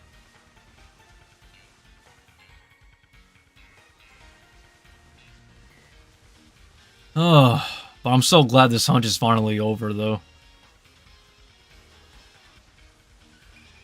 After like 1,000,000 of these Bellossoms being male, we finally got our female. That's shiny.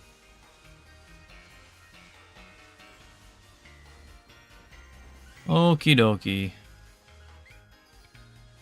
So now, if we don't get the shiny anymore, that's fine, because we already got our shinies. We got our 2 shinies, that is.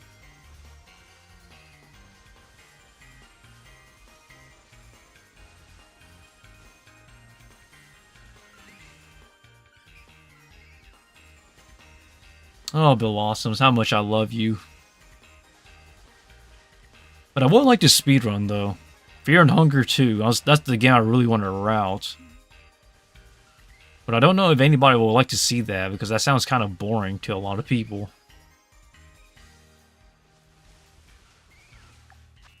We have about 3 minutes left. Once you run out, go bottle cap the IVs.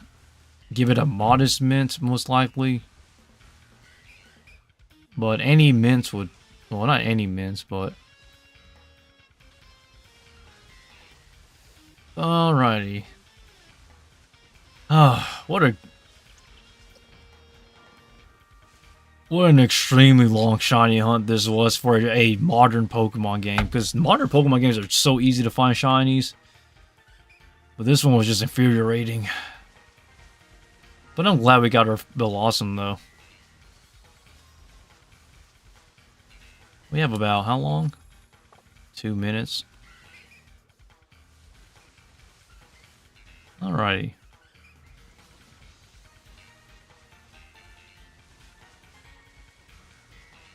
Oh, hi. Hello, welcome to the live stream. Man, that's crazy. What? It's like everybody's jumping in when the stream is pretty much almost at the end. But yeah, welcome to the live stream, guys. We already caught the Bellossom for those who are just dropping in now. But all we're doing now is essentially just using up the rest of this time that we have left. To see if we can find another one.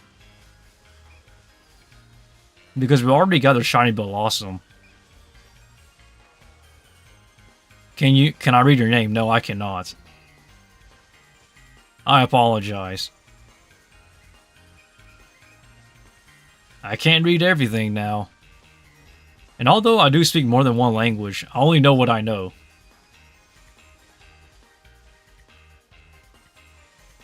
Nothing against those people, though, who speak other languages. It's just that I'm not the smartest person. Sort of.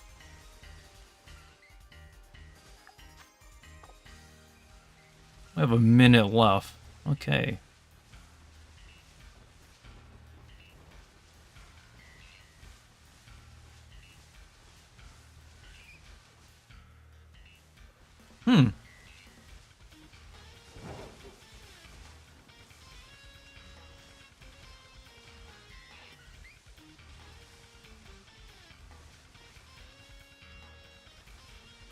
It's like nothing is spawning now.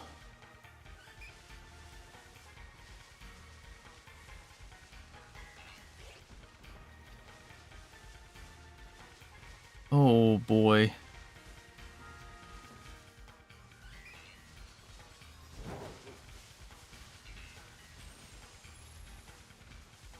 There isn't much time left. I'm just trying to get as much spawns as I can.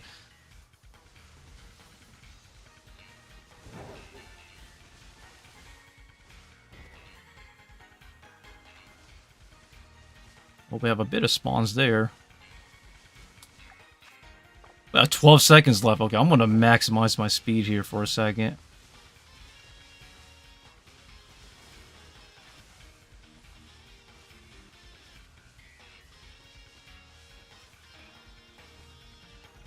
Alrighty.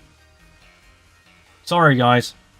Can we trade later? No, I'm not trading right now, guys. I apologize.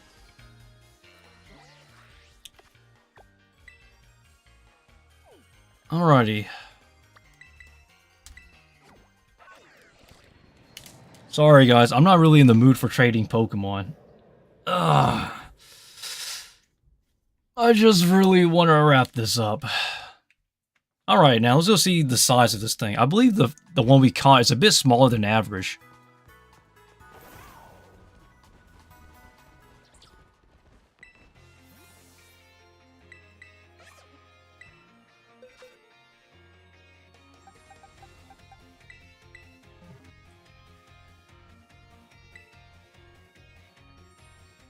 Okay. Now let's see the other shiny one we caught.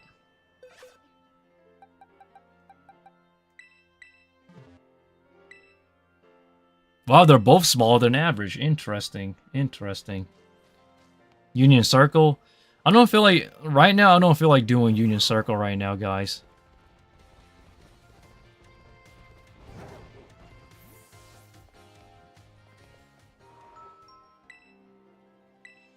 Oh, wrong one. Hold up.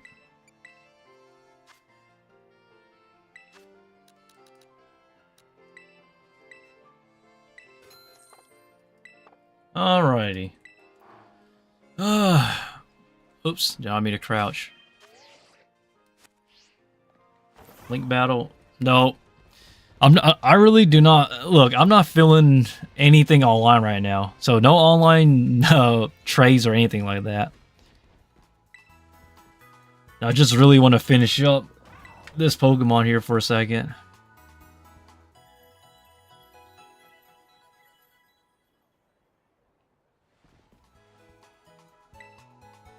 Sorry, guys. Alrighty. Let's go fix up the Bellossom real quick. I do believe I got a Modismint on me, so I will change his nature. Terra Raid. No all my features right now, man. Sorry. Scribbly. The stream was awesome. I loved it. It's almost over, guys. But I still gotta do some stuff real quick.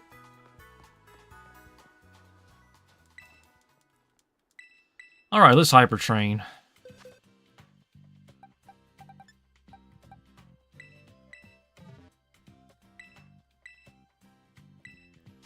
Do do do do do do do. F's. He's like, nah, man, F. Alrighty. Oh wait, I need a.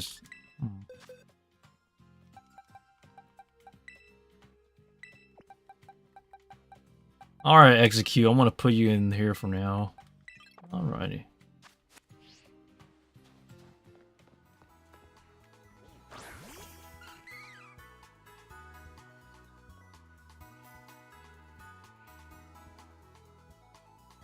But you don't have shiny Terrapagos. No, I don't. And the reason why is because you can't get it. Shiny Terrapagos is actually shiny locked. And if you do have a shiny Terrapagos, it's probably hacked. So what's the point?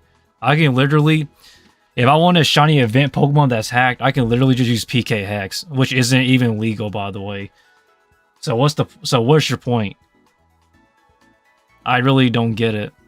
I am not a big fan of shiny hack. I'm not a big fan of hacked shiny Pokemon. I don't like. I'm not even kidding when I say that. So what's your point? I do not have any respect for people who use hacked Pokemon. Now don't get it twisted. Don't get it twisted, guys. If you RNG manip, that's something else. But if you're using hacked shiny Pokemon, I do not stand with you. Like, I don't care who you are. Alright, we don't have any.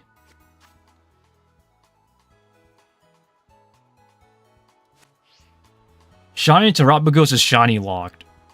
You can't get it shiny. I will never stand with people with hacked shiny Pokemon. There is very few event shiny Pokemon that you can get. And Terrapagos is shiny locked. Yes, you can't get it shiny. If it is shiny, it's hacked. Like, period. I will never stand with people who use hacked Pokemon. I don't care who you are, man. Like, even for my, even in Gen 6, when I had my shiny Dragonite, I had to breed that thing myself. Like, come on.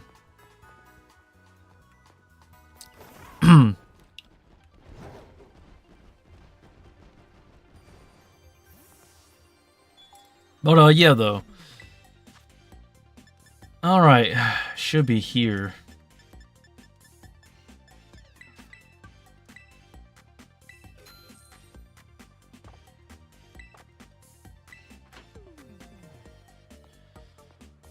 Here's a heads up. All the Gen 9 Pokemon are shiny locked when it comes to the legendaries. So every Gen 9 legendary is shiny locked. You cannot get those shiny no matter what. So like Terrapagos, like where is Terrapagos? I have it in my somewhere here. Terrapagos should be somewhere here.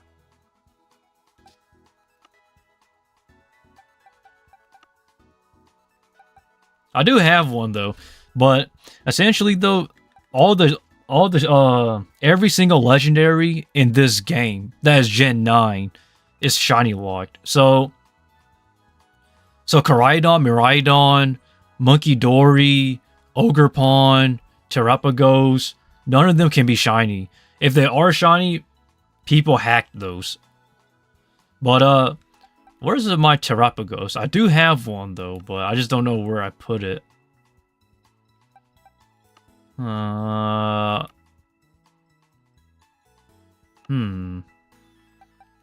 Sorry guys, I have a lot of the same Pokemon, like a bunch of Curlias here for competitive stuff, but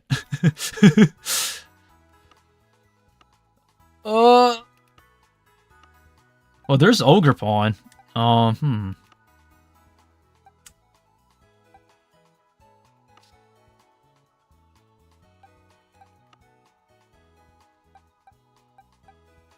Where is my Oh, there it is. Here's my Terapagos. It has 5 perfect stats. That's crazy.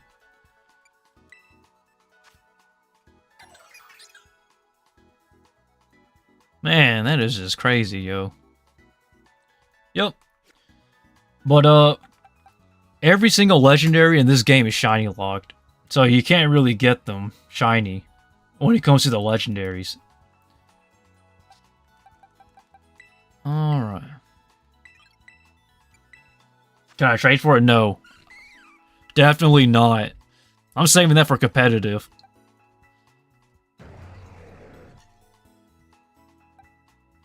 But my team's looking pretty good.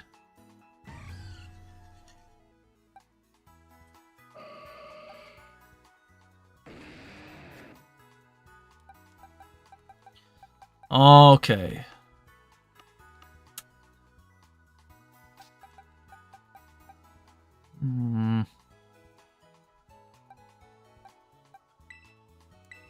I do need to finish training Meloetta, so I'm going to save that, actually. I do have a Vileplume, but if your team is good, let's battle. I don't feel like battling right now, man. I hate to tell you that, but I really don't.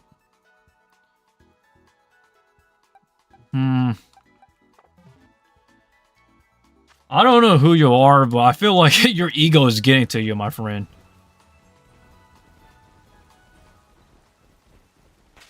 Okay.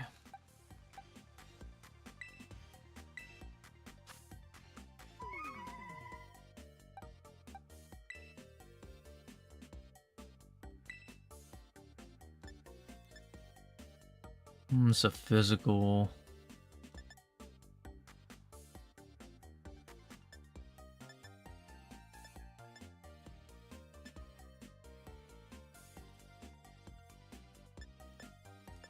Probably reteach Giga Drain.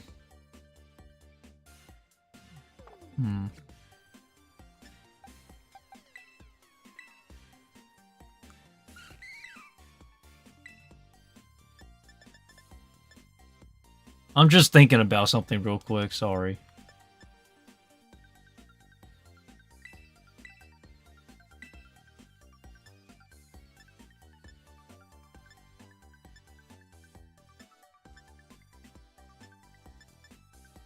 So you only have one actual attack.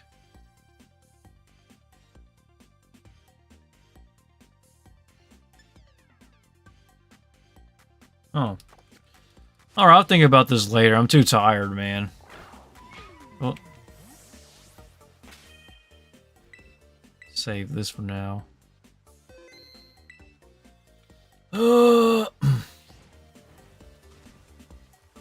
Alright, guys. I guess I'll call this a stream for today.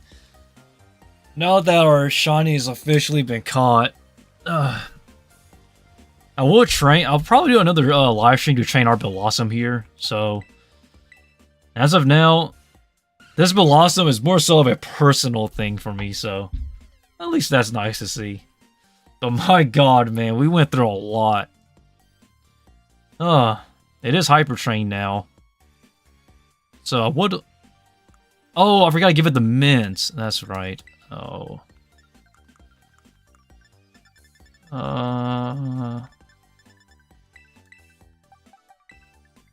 No. This one. There we go. Alrighty.